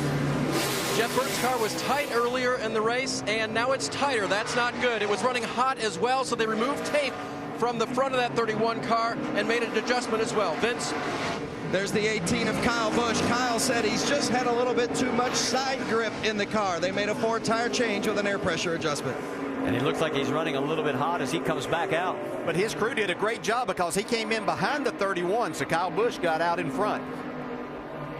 And here comes the race leader, and they're both coming in. Jamie, coming your way. That's right. Juan Pablo Montoya decided it was time. The 47 followed. He said he's still tight in the inner loop, and that's where he feels he's losing the most time to Marcos Ambrose. No changes once again for the 42. 4 tires of fuel is the only call for Juan Pablo Montoya. 47 car, Marcos Ambrose is in as well. They're not going to make any changes for him. He likes the handling of the car. He's going to try not to do what he did last time, which is wheel hop. So far, he's been solid on the track ever since as he tries to take down the race leader. He's going to be behind him leaving pit road. Montoya's crew does the job. They get him out first. Looks like Ambrose got just a little close to the wall for the jackman there. Maybe it hurt him just a little bit. Saw Carl Edwards was also in, as well as A.J. Allmendinger. There's Carl going back out on the track. This final round of green flag pit stops continues. Jeff Gordon getting back off pit road. Yeah, we talked yesterday that this is downhill, just like we talked about the front stretch. These guys had to be extremely careful not to get those RPMs up a little too much and get caught speeding leaving. Casey Kane finishes his work. He pulls out as well. Dale Jr. coming out right behind him. Dale Jr. hasn't had a bad day. For as bad as they were all in practice and qualifying, he'd moved himself up just outside the top 20. Guess who's the race leader? You're looking at him. Well, at least now, until he pulls in. He comes our 4th different leader. Tony pulls it in at 35 miles an hour, and this has got to feel like snail's pace. Well, he hasn't led a lap yet. I'm watching the line here to see if he crosses over. He looks like he will make it before the rest of the leaders get here, so he'll lead a lap. Nope, looks like Ryan Newman beat him to the line. Yep, Newman came around and did beat him to the line officially. Vince, he's finally made it to you. Well, it's kind of been a handful for Tony Stewart today. You know, he's been 1st or 2nd in this race each of the last 6 years, but the car just hasn't quite been there today. Fighting the same thing throughout the day, loose off the corner. They're going to make a 4-tire change with air pressure adjustment. Sunoco fuel, trying to give Tony Stewart something to work with here down the stretch. Mike? And David Ruderman has complained about his car throughout the day, describing it as evil and crazy loose. They're going to make a wedge adjustment on that car. A 4-tire change anticipated as they swing now from the left side to the right side of that car, taking on a full fuel load of Sunoco race fuel as well, completing their stop and pulling away. And as he pulls out, we'll remind you that the guys, there's some debris there in turn number 7. It's off the race line, but that is pretty sharp. If anybody goes wide, that would definitely cut a tire. That looks like one of the covers for the drive shaft. Now the big question is whose car is it from? Here comes Ryan Newman. And 33, Clint Boyer is going behind the wall, and I'm wondering if that's where that comes from. Jamie. That's exactly right. On his last round of pit stops, Clint did say something broke, something is not right. He went back out. They believe that part fell off his car. He's going back back to the garage. Remember, Clint Boyer was on the bubble. He was 12th coming into this race. That's a big day for Mark Martin if Clint Boyer ends his day in the garage. It absolutely is. In fact, the swing right now would be close to 98 points. Well, that part I saw late on the track was a cover that goes around the drive shaft, and Boyer likely broke a pinion gear right there and broke the drive shaft and shot it out of that housing. Ryan Newman back out, and now Caution's out. We get the caution call for that debris that we saw in the final turn. And what a tough break for Clint Boyer, and that's the piece we're talking about. Yeah, Mark Martin is the leader, but he's going to have to make a pit stop, and you'll be surprised how many cars he lines up behind here. Yeah, most everybody except for Andy Lally and David Reagan had not, so they're going to go behind pretty much everybody else that's out there. Right. They last pitted on lap 43. We have completed 61 laps. And get our first look at Andy Lally. He did double the Grand Am race as well. As you can see right now, he started back in the 33rd position. But these top three, they definitely have to come to pit road. They all pitted back on lap 43.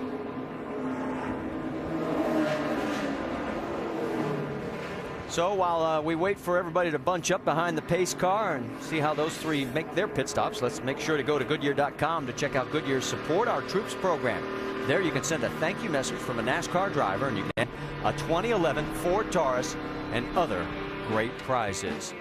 All right, we've got 12. Well, I hit pit road, the lead box on the right-hand side frame row that was not spaced right, and the lead is bouncing back and forth. He had to come down pit road and fix it. And he has dug his way back up through the pack. He's going to be running top 15 when we go back for the restart. Juan Pablo Montoya took the lead at lap number 6 from his Ganassi Racing teammate, Jamie McMurray, and has paced most of the laps in this event, 47 of the 63 we've run so far. But the man who's dogged him is Marcus Ambrose. Marcus Ambrose has been really strong today, trying to be patient, staying right behind Montoya, trying to mirror his tracks. Montoya's been outstanding all day long. These two guys are the class of the field. Ambrose going by for the lead at lap number 41. Then on a restart from a caution flag, Ambrose with Montoya to his outside goes down into turn 1 and has trouble. Yeah, he sails it down into turn 1. We heard his motor, and it laid it up against the rep engine to wheel hop. His car started wheel hopping. A lot of guys passed him. Let's listen.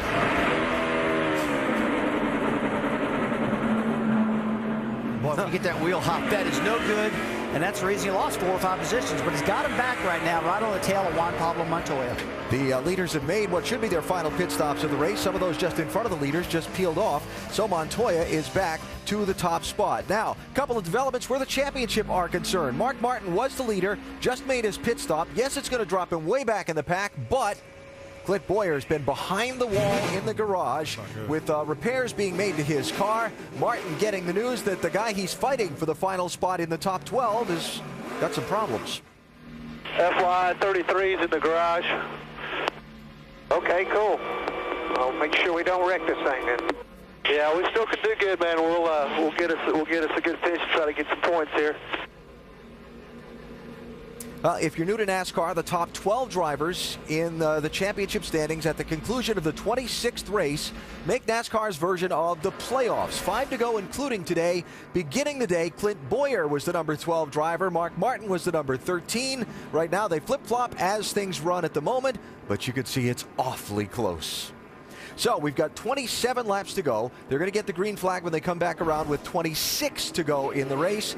Montoya and Ambrose, no reason to believe they won't continue to slug it out right down to the final laps of this one. Please don't go away. And then when this one wraps up, it's back to oval track superspeedway racing next Sunday at the Michigan International Speedway, the big, fast 2-mile track. The Carfax 400, 1 p.m. Eastern next Sunday on ESPN. Our coverage begins at 12 noon Eastern with NASCAR Countdown. Rusty, you're a winner there in Michigan, DJ2. It's a fun track for the drivers. Fantastic racetrack, really wide. They're right there with all the manufacturers. They're all watching. You really want to shine and kind of show off when you get to go to Michigan for your team. All right, before we get the restart, Clint Boyer is back on the track, Jamie. Well, he was in a hurry, to say the least, to get out of the garage. All of a sudden, his gas man's carrying a big tank of gas. He's yelling at him, stop, we got to put fuel in it. We may be short, so that's the concern. Clint Boyer is long gone, Marty. Clint Boyer will restart 36th, 3 laps down, and because of Mark Martin having, of course, to come in and stop, he fell back to 25th, and that's why you saw that gap drop down to now just 4. But Mark Martin in that 12th and final spot for the chase. Let's reset it as we get ready to go back to the green. Marcus Ambrose up front, or I should say Juan Pablo Montoya with the inside line. Then Ambrose, Kurt Busch, Allmendinger, and McMurray, your top 5. Yeah, we saw Clint Boyer's car in the garage area. They were welding. Look what looked like the trailing arm bracket. Had a pretty low bracket right there, and it looked like it broke, and they came in and welded it back. Montoya has clinched the most laps led, and the driver leading the most laps has won 6 of the last 8 races at the Glen. Does he prevent Marcus Ambrose from completing the sweep? No one's ever swept both nationwide and cup races here at the Glen. We'll find out. The most important thing right here is for Ambrose not to lose that second spot. Oh, and you saw Greg Biffle. He got sandwiched in between. It looked like Boris Said and another car on the outside. He has lost a ton of spots.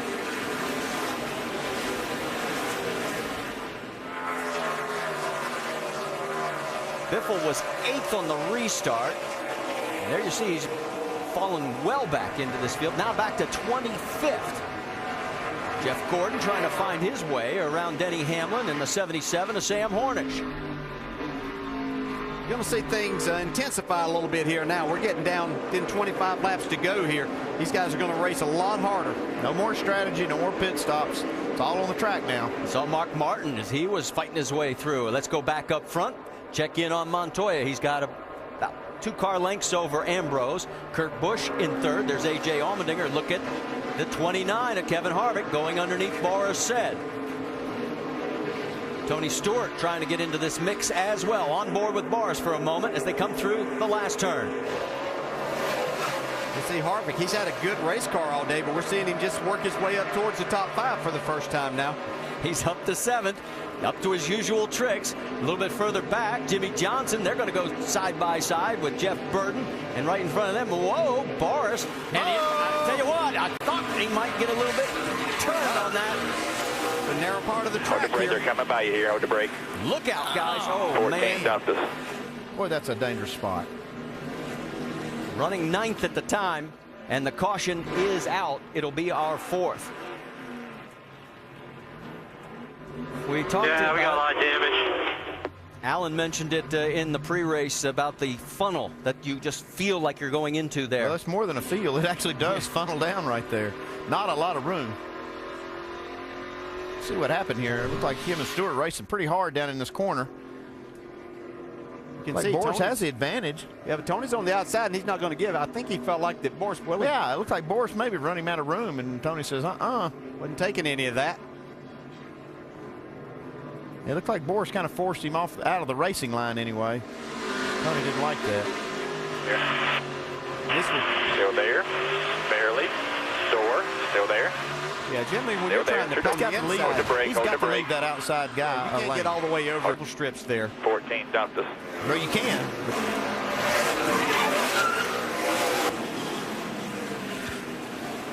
That idiot tries to run us straight off the racetrack. I'm going to hold my line. Did exactly what you're supposed to do there. Don't worry about it. This will be one of those situations where there's 2 sides to this story. Each driver's going to think he was right. On board with Tony. Well, Boris has the line right here, but he has to leave enough room for that car on the outside. Yeah, he was going to put Tony over in the dirt right there. Tony just made his way back onto the asphalt, and the 83 was there. Okay, let's update you. I didn't get the lucky dog in from the previous caution. That was to Kevin Conway, and we have lap. This time, it's the 33 of Clint Boyer, but he's still going to be a couple of laps down. 4th caution here at Watkins Glen. And let's revisit the AT&T Fastest Pit Crew of the Year award. The fastest pit crew is determined by the winner of each race, the fastest pit time, and your vote. Be sure to text the car number to 2258 for your pit crew choice. Now, our track pit crew's busy here at Watkins Glen, trying to pull out the Armco down in turn number 2. And let's show you exactly how it all got bent.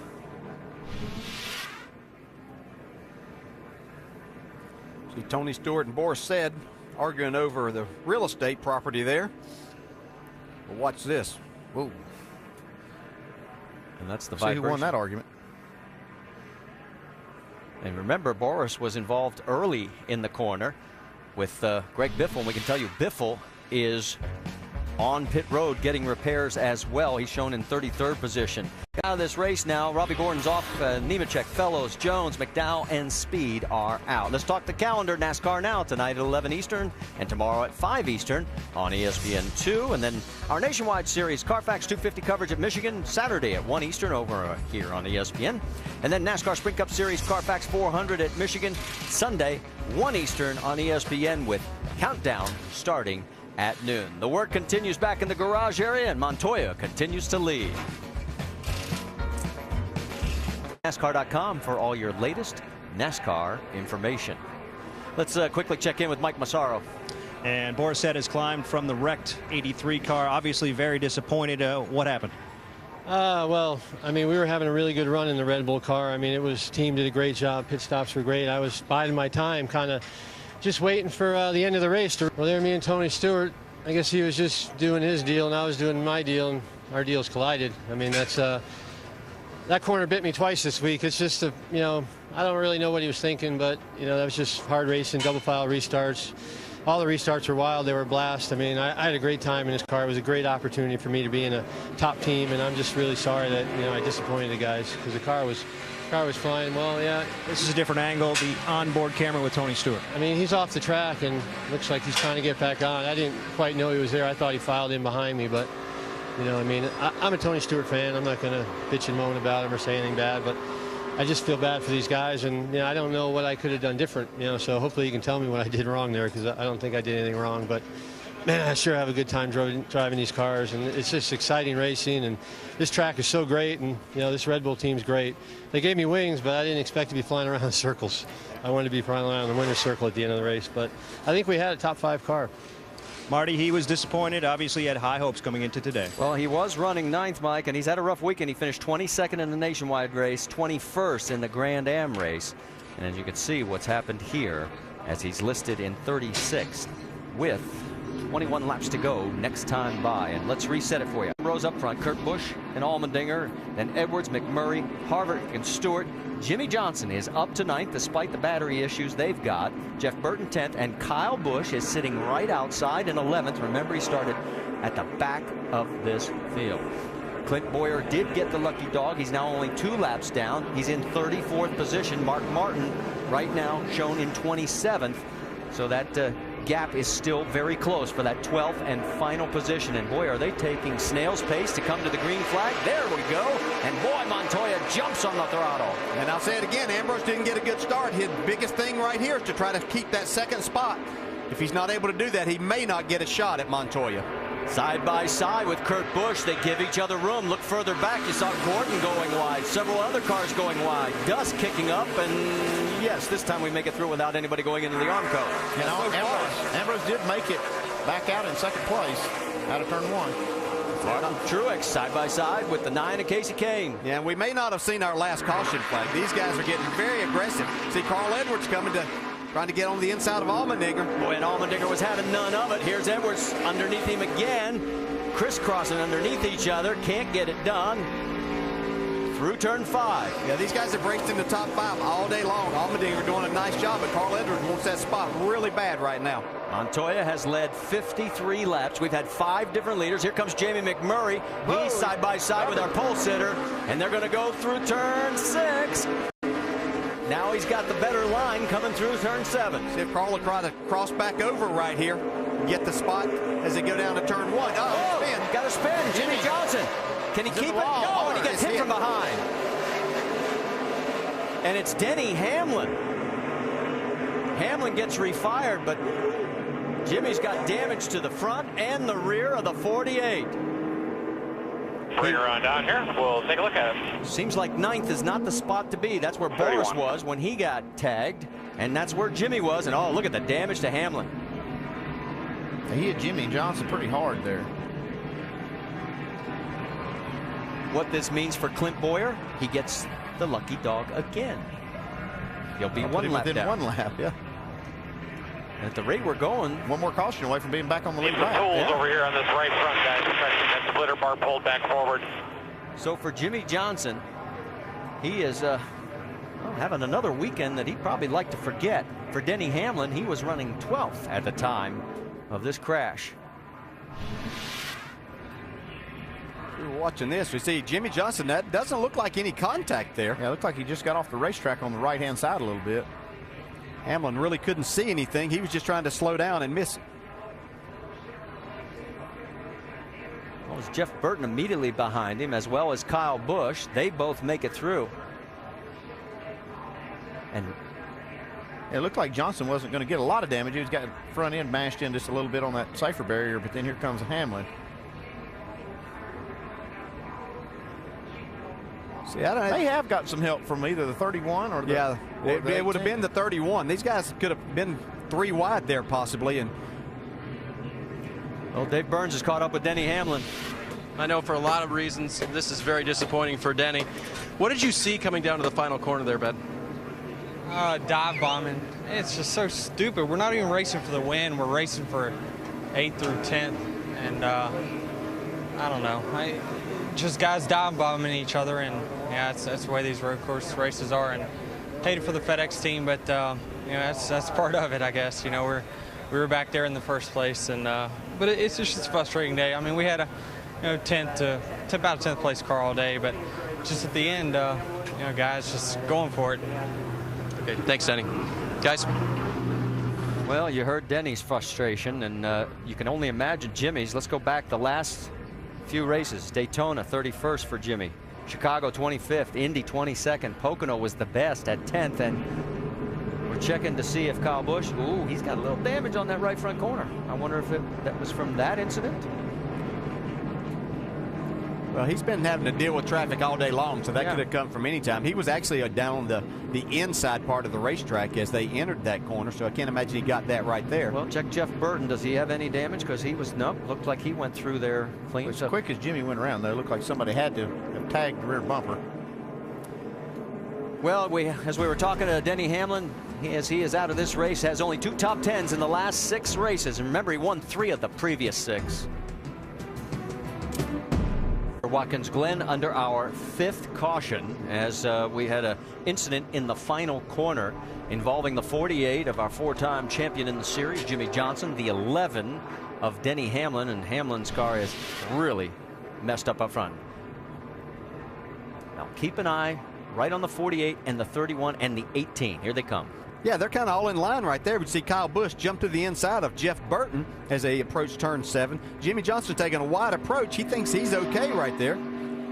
But as Burton tries to protect his spot and get down in, it looked like there could have been a little contact. We'll have it from another angle maybe, but you can't really see it there. But it looked like Jeff got into the quarter panel of Jimmy Johnson just a little bit. Nothing intentional, just hard racing. No, Jeff Burton found himself kind of on defense with the 18 getting into that corner, so he's trying to race him in there. On board with Jeff Gordon. You can see a little bit right here. You can see just enough contact there as Jimmy tried to arc into the corner and come down. The 31 was there. Denny Hamlin thinks he's going to the outside to miss all of it. He can't see anything because of the smoke, and unfortunately the 48 car is sitting right there. Let's listen to Kyle Busch's radio. Can you see that corner right here because of those trees, or can you? Right there. Then you get under the bridge, and that cuts it off even more. And I think what he's talking about is he's asking for one of his 3 spotters there. Can he see that corner better? Well, he's probably wondering why maybe one of the other spotters didn't say he was inside, or, you know, just trying to figure out how to call that corner. Vince, let's get an update from what's happening down there. Yeah, the 18s had to run the wheels off this thing today, as you guys noted, starting from the back of the pack. You see some left front fender damage there over that, just right on top of the wheel. He's also got right front damage as well. That right front damage from earlier restart contact. The left side getting together with Burton there on that replay that you guys dissected. So Kyle Busch got a little damage, but he's made his way back up into the top 10. Good run for him so far, Dave. Jeff Burton reported to his crew after that incident. He said not, and that was referring, of course, to the 18. And once he got alongside of him, Jeff said, I couldn't turn my car. There was nothing I could do. And they passed along an apology to the 48. Of course, that's tough at this point, but that's what Jeff had to say about it. Mike?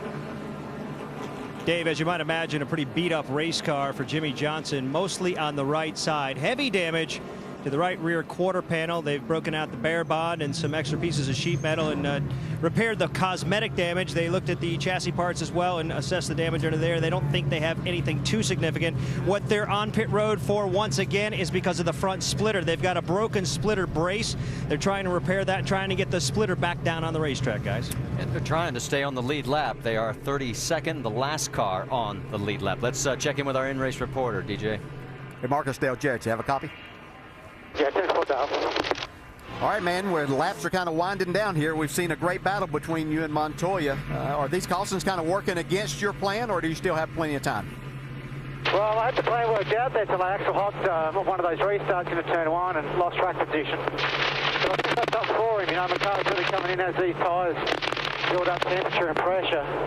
But he's driving a great race up there. Montoya's doing an awesome job. I mean, he's really hard to pass, so it's going to be a big battle here between us if we can get this last reset down pretty clean. But excited for the end. We've had a great day here, and looking forward to getting a good finish.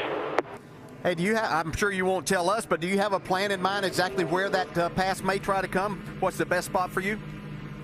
Every plan I've come up with didn't work, so I'm just going to just drive on instinct here the last 10, 15 laps and see if I can force him into a mistake. All right, man, you drove a great race, too. We'll be watching. Have fun. Careful. Just wanted to be clean to the end, you know. I hope we can drink this one out and still both finish. Here on that, Marcus.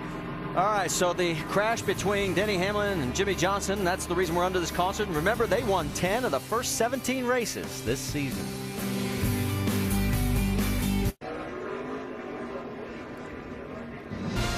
Baseball on ESPN tonight and tomorrow, and it's the Red Sox versus the Yankees tonight. That's Sunday night baseball at 8 Eastern. Then on Monday at 7 Eastern, it's St. Louis and the Reds. Both games available on ESPN3.com. And you aren't going to believe this.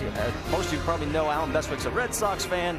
DJ is a Yankees fan. They're going to the game tonight after we're done here. They're sitting side by side. So if you see smoke, fireworks in the grandstands, it's because the two of them are sitting there we go. next to each other. Now we're talking. Yeah. All right, well, we're back here. Our director's a Yankees fan. That's why you're seeing that picture. Well, back here at the Hell of a Good at the Glen, we are now going to be down to 16 laps next time by, and we are going to go green. Look at this. First 42 laps a day, one caution. The last 31 laps, we've had a total of 4. And so what you guys were talking about, the new room has led to some aggressive go. All right, let's reset it for you. It is Montoya up front with Ambrose, then Kurt Busch, A.J. Allmendinger, McMurray 5th, Edwards 6th, then Harvick, Stewart, Burton, and Kyle Busch is now 10th. And 32 car, or the 48 car, is the 32nd and final car on the lead lap. Clint Boyer is 33rd now, 1 lap down. He's picked up 2 lucky dogs, 1 more. He'll be back on the lead lap and will have turned potential recovery. Green flag flies, and we're back underway here at the Glen. Ambrose with a little better restart right there. He might have something right here. Might be able to race him through this corner. Kurt Busch right on the back bumper of the 42. No, Kurt Busch gets the advantage. If he loses the spot, Kurt Busch looking to take it. Yes, he does. Coming up through the S's. A.J. Allmendinger's got his hands full with McMurray and Carl Edwards. That was perfect for Montoya right there. Separated himself. Not that Kurt Busch isn't good, but he hasn't had anything for Montoya. Edwards looking to the inside, thinks better of it. Tony Stewart trying to make up some ground right away. He's got Harvick right behind him with Kyle Busch. That last restart we saw, Kurt Busch was able to hang with those top 2, so he might be able to maintain that spot. We'll see. And side by side through Elliott Sadler, and that's Robbie Gordon. He is back out onto the racetrack, 13 laps down after having earlier problems. Sam Hornish having a decent run back there as well. He's side by side with the Army car of Ryan Newman. That is for position. Hornish trying to get the 11th spot. There's still a lot of speedy drive up here in turn 7. Let's see if everybody can negotiate through there okay. Sam's got this position, and here comes Newman crossing over, and down the front straightaway we go once again. Harvick looking to get back on top of Tony Stewart. He's got the position. Whoa, and Tony gets loose. So what Tony gotteth, Kevin taketh away. Kyle Busch and Jeff Burton running nose to tail as well. Kyle into 9th now, Burton 10th. Jeff Gordon back in the 12th spot, still fighting with Sam Hornish, who's dropped back to 13th. That's Matt Kenseth in the 17 right behind. Yeah, he hasn't had a stellar day, and road course isn't his best spot for Kenseth. All right. What about Marcus Ambrose? He's got his hands full right now. He's got Kurt Busch in front of him, A.J. Allmendinger behind him. And it's allowing Juan Pablo Montoya to check out. Yeah, Ambrose can't mess around too much longer if he's planning on having a shot at winning this race. Well, there's still 15 laps to go, and that's, you know, I would hate for him to feel like he was desperate at this point. If I was a crew chief, I would say, you know, we need to go, but it's not desperate time yet. All right, Juan Pablo Montoya, it's been 113 starts since his win at Infineon back in 2007. Kurt Busch has led 123 laps on the road course, the most by any who has yet to win. And here comes Marcus Ambrose, still looking for his first Sprint Cup win. Underneath him, they ride each other out to the far end of the track, takes the spot. What a move he made in that. That's just incredible. He can carry so much speed down in there and yet come out of the corner. Okay, everybody else we see is jumping on the brakes and wheel hopping and everything and getting out of shape and getting past again, but not Marcus. Well, for more NASCAR stats, in-car audio, and live race from NASCAR Sprint Cup Mobile at sprint.com/speed. We bring you now the chase of the Sprint Cup Network. As you can see, our leader, Kevin Harvick, 32.26. And right now, Jeff Gordon, second place, 208 behind. And Jeff Burton would pick up 2 spots, moving in to the 3rd position. Biggest mover of plus 33 positions, Kyle Busch, as Kyle right now running in the 9th position. As we said, don't forget, log on to sprint.com/speed. Jamie Murray really wanting that 5th spot from Carl Edwards. Oh, Carl into the safer area there. He brushes it with the left rear quarter panel. Jamie's not close enough, though, to take advantage. Carl takes a defensive line to protect. He's got Carl at a bad angle getting that corner. He might try to cross over here. Doesn't get it done as they head up through the S's. Gains a little bit on him now, coming out of the S's.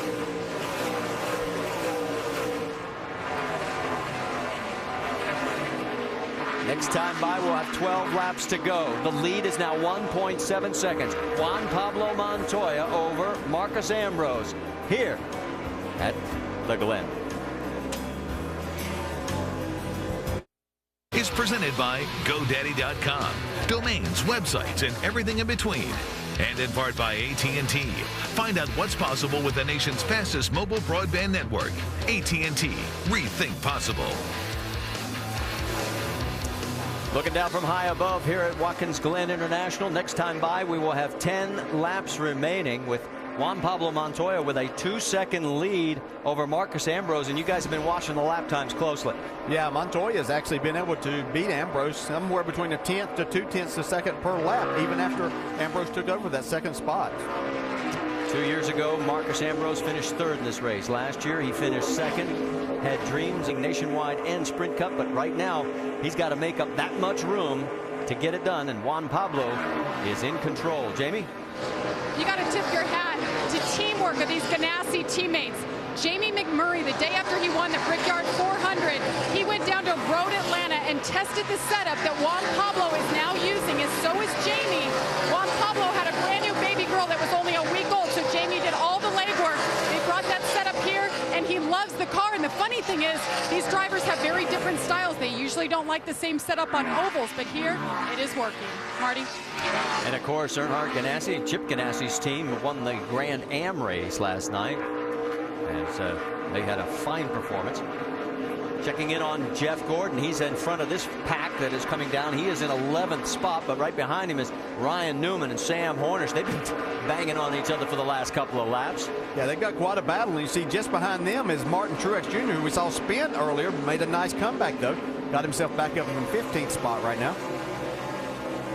Kenseth, Truex, Menard, and Smith. That's the positions on backs kicking up again. Yeah, there's going to be a hole over there before this is over with. Sam goes wide. He's looking to run. Here comes the position anyway. He just didn't have the angle. Let's get more from Dave Burns. Well, it was funny because he's going to get passed now, and his spotter had just told him, wait for the mistake.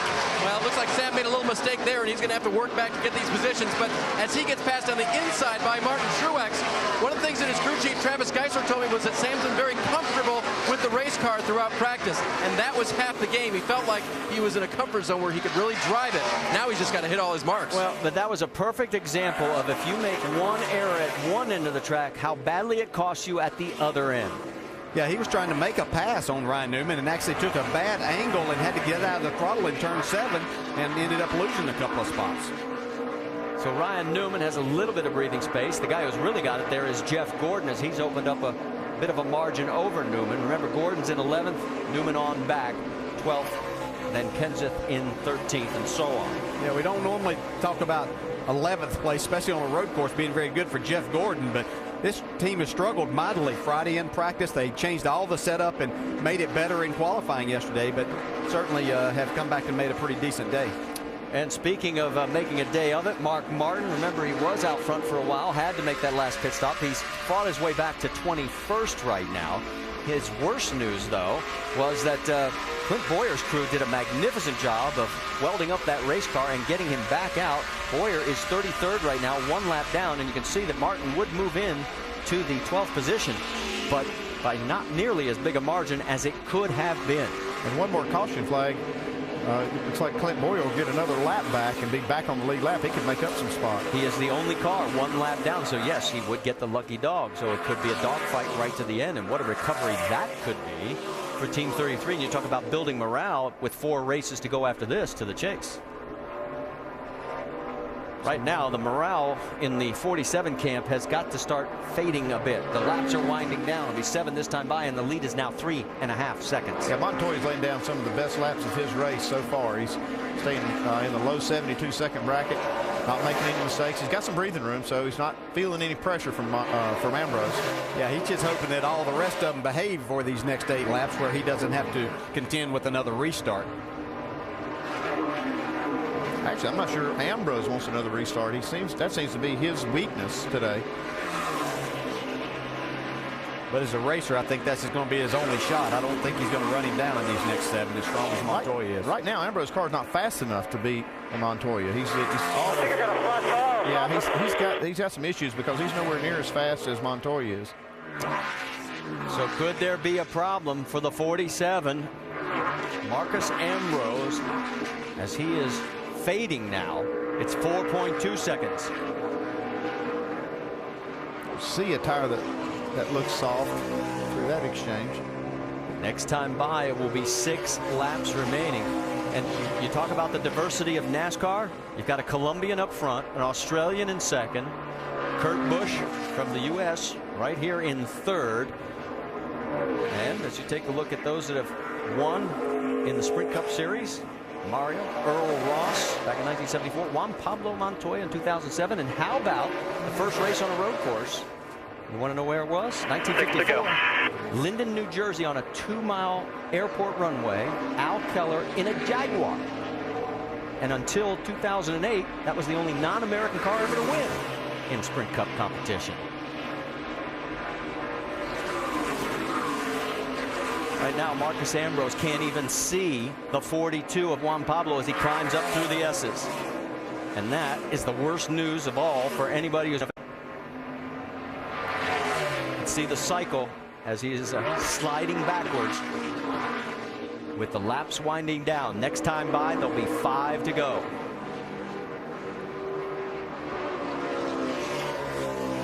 And we heard him talk about a tire, but we can't see anything yet. Looks like the 78's broken a track bar mount.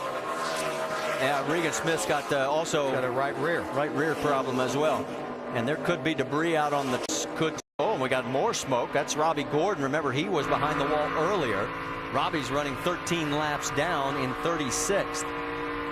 Regan Smith is on the lead lap in 25th. Yeah, if that tire continues to come off and gets on the track, that would have to bring out a caution. And he can, for safety's sake, go through there. He's not improving his position, so there'll be no penalty there, but he's still got to make it around.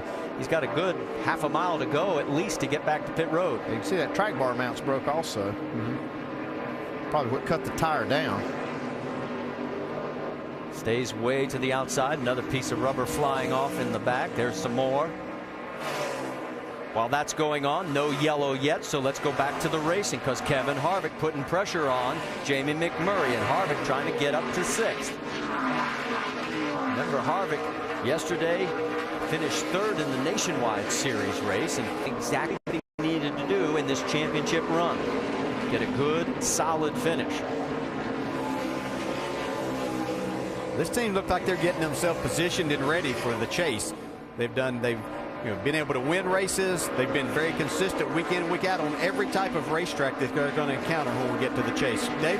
And DJ, when I checked in with Gil Martin, the crew chief, this morning, I said, you know, would you rather go for 10 points in the win and gamble, or would you rather? We just want to keep doing what we've been doing, which has gotten them some wins and a lot of runs in the top 5 and the top 10. You know, road courses may not be where they expect to win necessarily, as it looks like he's finally going to get McMurray down into turn 1, but they just want to continue doing what they did, which has built them this big points lead and set them up to be the leader going into the chase.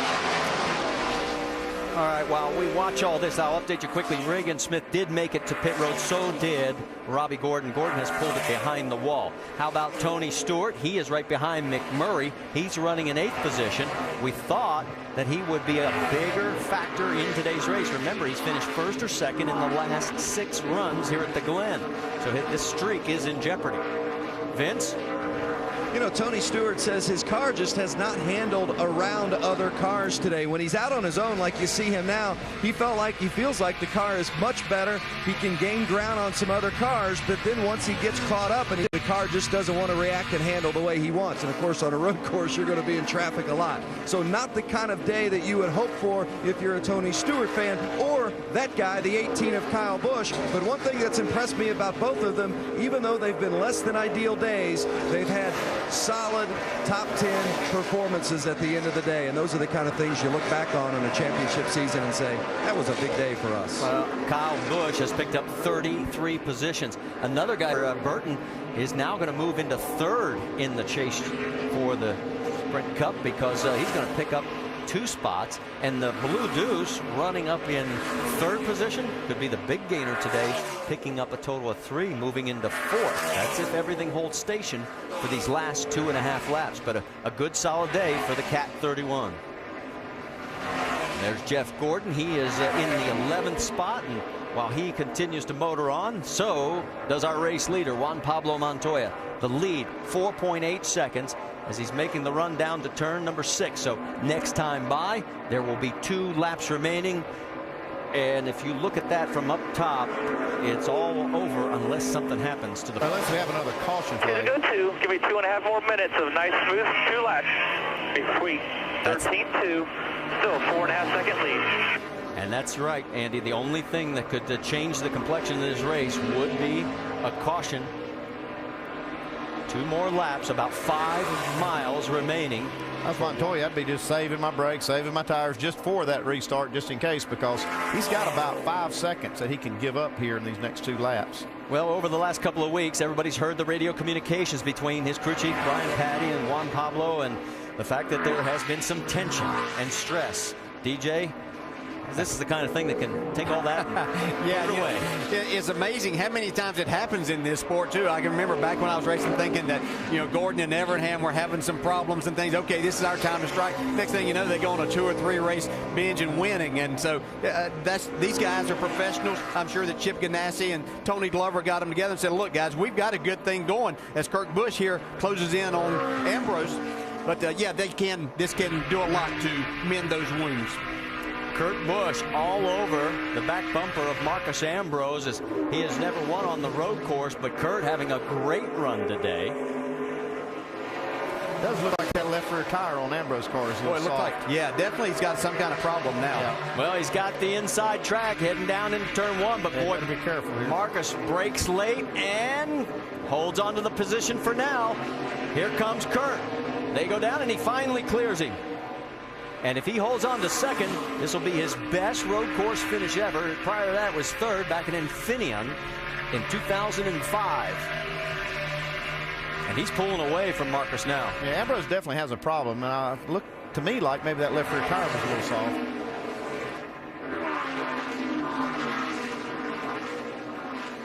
down through the bus stop. White flag has already been out. We are winding this race down. Does Marcus have anything to get back to second? Because nobody is challenging this man, Juan Pablo Montoya. His last win 113 starts ago at Infineon in June of 2007. Down through the final corner for the final time. Sorry about last week again. Did an awesome job. Way to go there, big boy. Good job. Hey, good job. Juan Pablo Montoya, his second Cup win. This more than anybody else. Great job, everybody. We've been working really hard for this. This is what it's all about right here. Still got a battle further on as Kevin Harvick's fading back. Something's wrong with Harvick. Burton is going to get around him. You see McMurray, Stewart, Kyle, and Gordon rounds out the top 10, and Harvick slips back to 11th. Going to the wire. Newman, Kenseth, Hornish, and Truex in the top 15. Then Paul Menard, Casey Kane, and look at this. Even further back, it is Brad Keselowski taking a spot over Patrick Carpentier with Paul and Reagan rounding out the top 25. And Dale Earnhardt Jr., despite starting a very distant 40th today, comes home in 26. But there's your winner, Juan Pablo Montoya, with his second win in NASCAR Sprint Cup competition. Right there.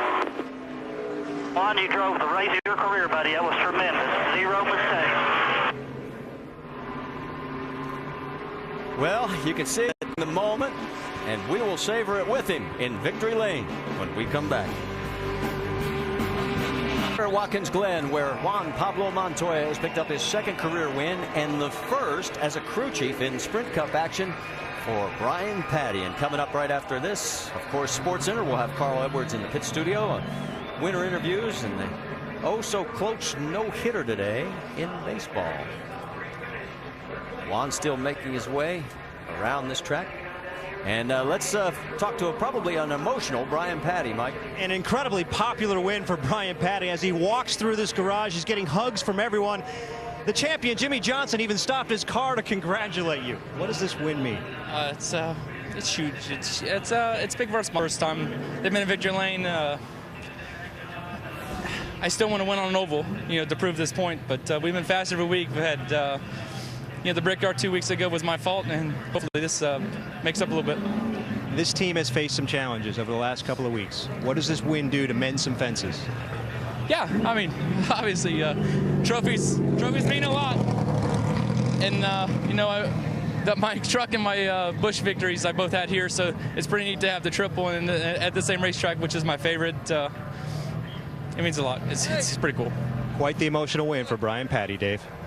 Of course, Marcus Ambrose wanted that win as well. Faded back to third there at the very end. And you talked about possibly a tire. Do you have any idea if there was a condition with your car? We lost a handle on it after that last stop. From the moment I rolled out, just didn't quite. We had a bad set of tyres. The track changed on us. I'm not too sure, but we tried hard all day. Congratulations to Juan. He drove a heck of a race, man. It was a lot of fun there in the middle part of the race. He wasn't giving me anything. You could tell we weren't running for a championship because I just wore everything out trying to pass him and finally got him. And then, that last round of pit stops there, we just lost a handle on the race car. But good day for us. Little Debbie has been a big sponsor of mine. I'm really proud to get him back here in the top 3. All right, a podium finish, but not the W he wanted today, Marty. No, the W goes to Juan Pablo Montoya. He's the 4th driver to win this season, to break a winless streak of more than 50 races. And there he is, climbing out, down in Victory Lane.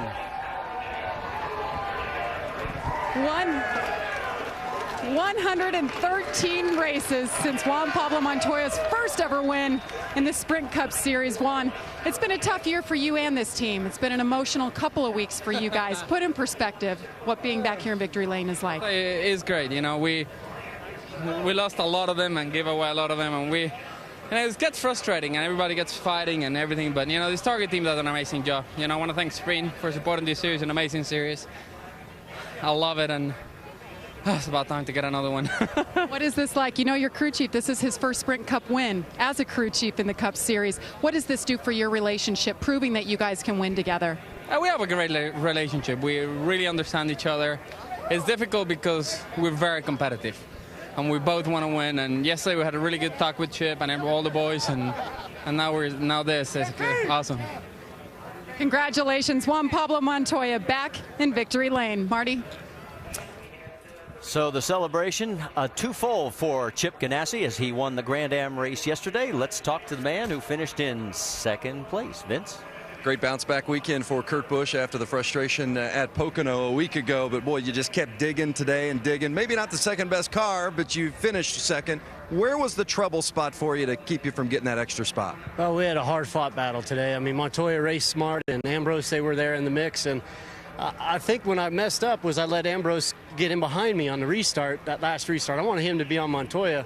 Those two would battle it out and maybe take each other out, and that would have given us a great shot to win. But we were right there in the mix with our car, and Steve made great adjustments. I thought our car got better as the race went on, just still sliding with the rear end, just a little too loose, fighting it. But it was great to race with those world-class guys today, a guy from Colombia, a guy from Australia, you know, down under. It's neat to see the different worlds come together on a road course, to see who can come out on top. And today we got second. Montoya was a strong car. When the chase comes, I think this guy's going to be one of them you got to beat, Kurt Busch. Mike?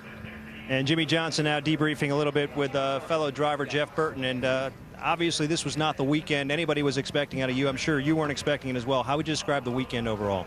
Well, I think we overcame a lot throughout the weekend. I know the result doesn't show it, but we unloaded and had a lot of troubles, and got the car turned around and finished or qualified 9th. From that and drove all the way through the field back to 9th again, and I had that contact in turn 11. Jeff was just here, and it sounds like maybe the 18 was racing with him, and they got in a situation coming into turn 11, and they were bouncing off of one another, and I was up ahead of them, and I was the next guy in line for the contact. So one of those racing deals. Hate that it happened, but what do you do? And you can tell that Jimmy Johnson, this team's still quite composed even after a somewhat unexpected day. Dave? Allmendinger brings the famous 43 home in 4th, and you were good all day. Yeah, I mean, the Insignia Best Buy Ford was strong all day. We didn't have anything for the 42. Maybe had something for the 47 and the 2 at the end, but just proud of everybody at Richard Petty Motorsports. Just a strong weekend altogether, and not a bad week to sign a multi-year deal and have a great finish. So hopefully build some momentum into the rest of the year, and we finish strong. All in all, a good week for AJ. All right, so the top 4 finishers. And by the way, to put to bed the Kevin Harvick story when he lost those spots on the last lap, flat left rear tire on the 29 car is what dropped. Here are the upcoming races for the NASCAR Sprint Cup Series. If you'd like to join us, to be some great action. Michigan, Bristol, Atlanta, Labor Day weekend, and the Chase deciding race at Richmond. The number at the bottom of the screen or NASCAR.com/tickets is where you can look up the information to join us there. And a reminder that next weekend it is the Michigan International Speedway doubleheader going on there. Saturday it's the Nationwide Series Carfax 250, and the return of the Nationwide Series new car covered Saturday at 1 Eastern on ESPN. And next Sprint Cup Series Carfax 400 1 Eastern on ESPN. Coverage starts at noon with NASCAR Countdown. What a fight between Montoya and Ambrose. Ambrose just drove a great race today, and Montoya, I think it was a fantastic day for those two. Tough day for Clint Bowyer, Jimmy Johnson, and really tightened up the chase for the championship between 12th and 13th position. You know, it sure doesn't surprise me. We've seen Montoya over the past couple of seasons have these dominant days. I mean, he was dominant today, led 74 laps and not get the finish. You knew it was going to happen sooner or later. I wouldn't be surprised if he doesn't get another win in the next couple of several over the remainder of the season. That's for sure. So as always now, extended post-race coverage coming up on SportsCenter, as well as the rest of the day's sports news. And Juan Pablo Montoya, certainly a big factor in our post-race coverage as he finally breaks through after a race-long fight with Marcus Ambrose and gets the victory. SportsCenter is next, including more from the Glen.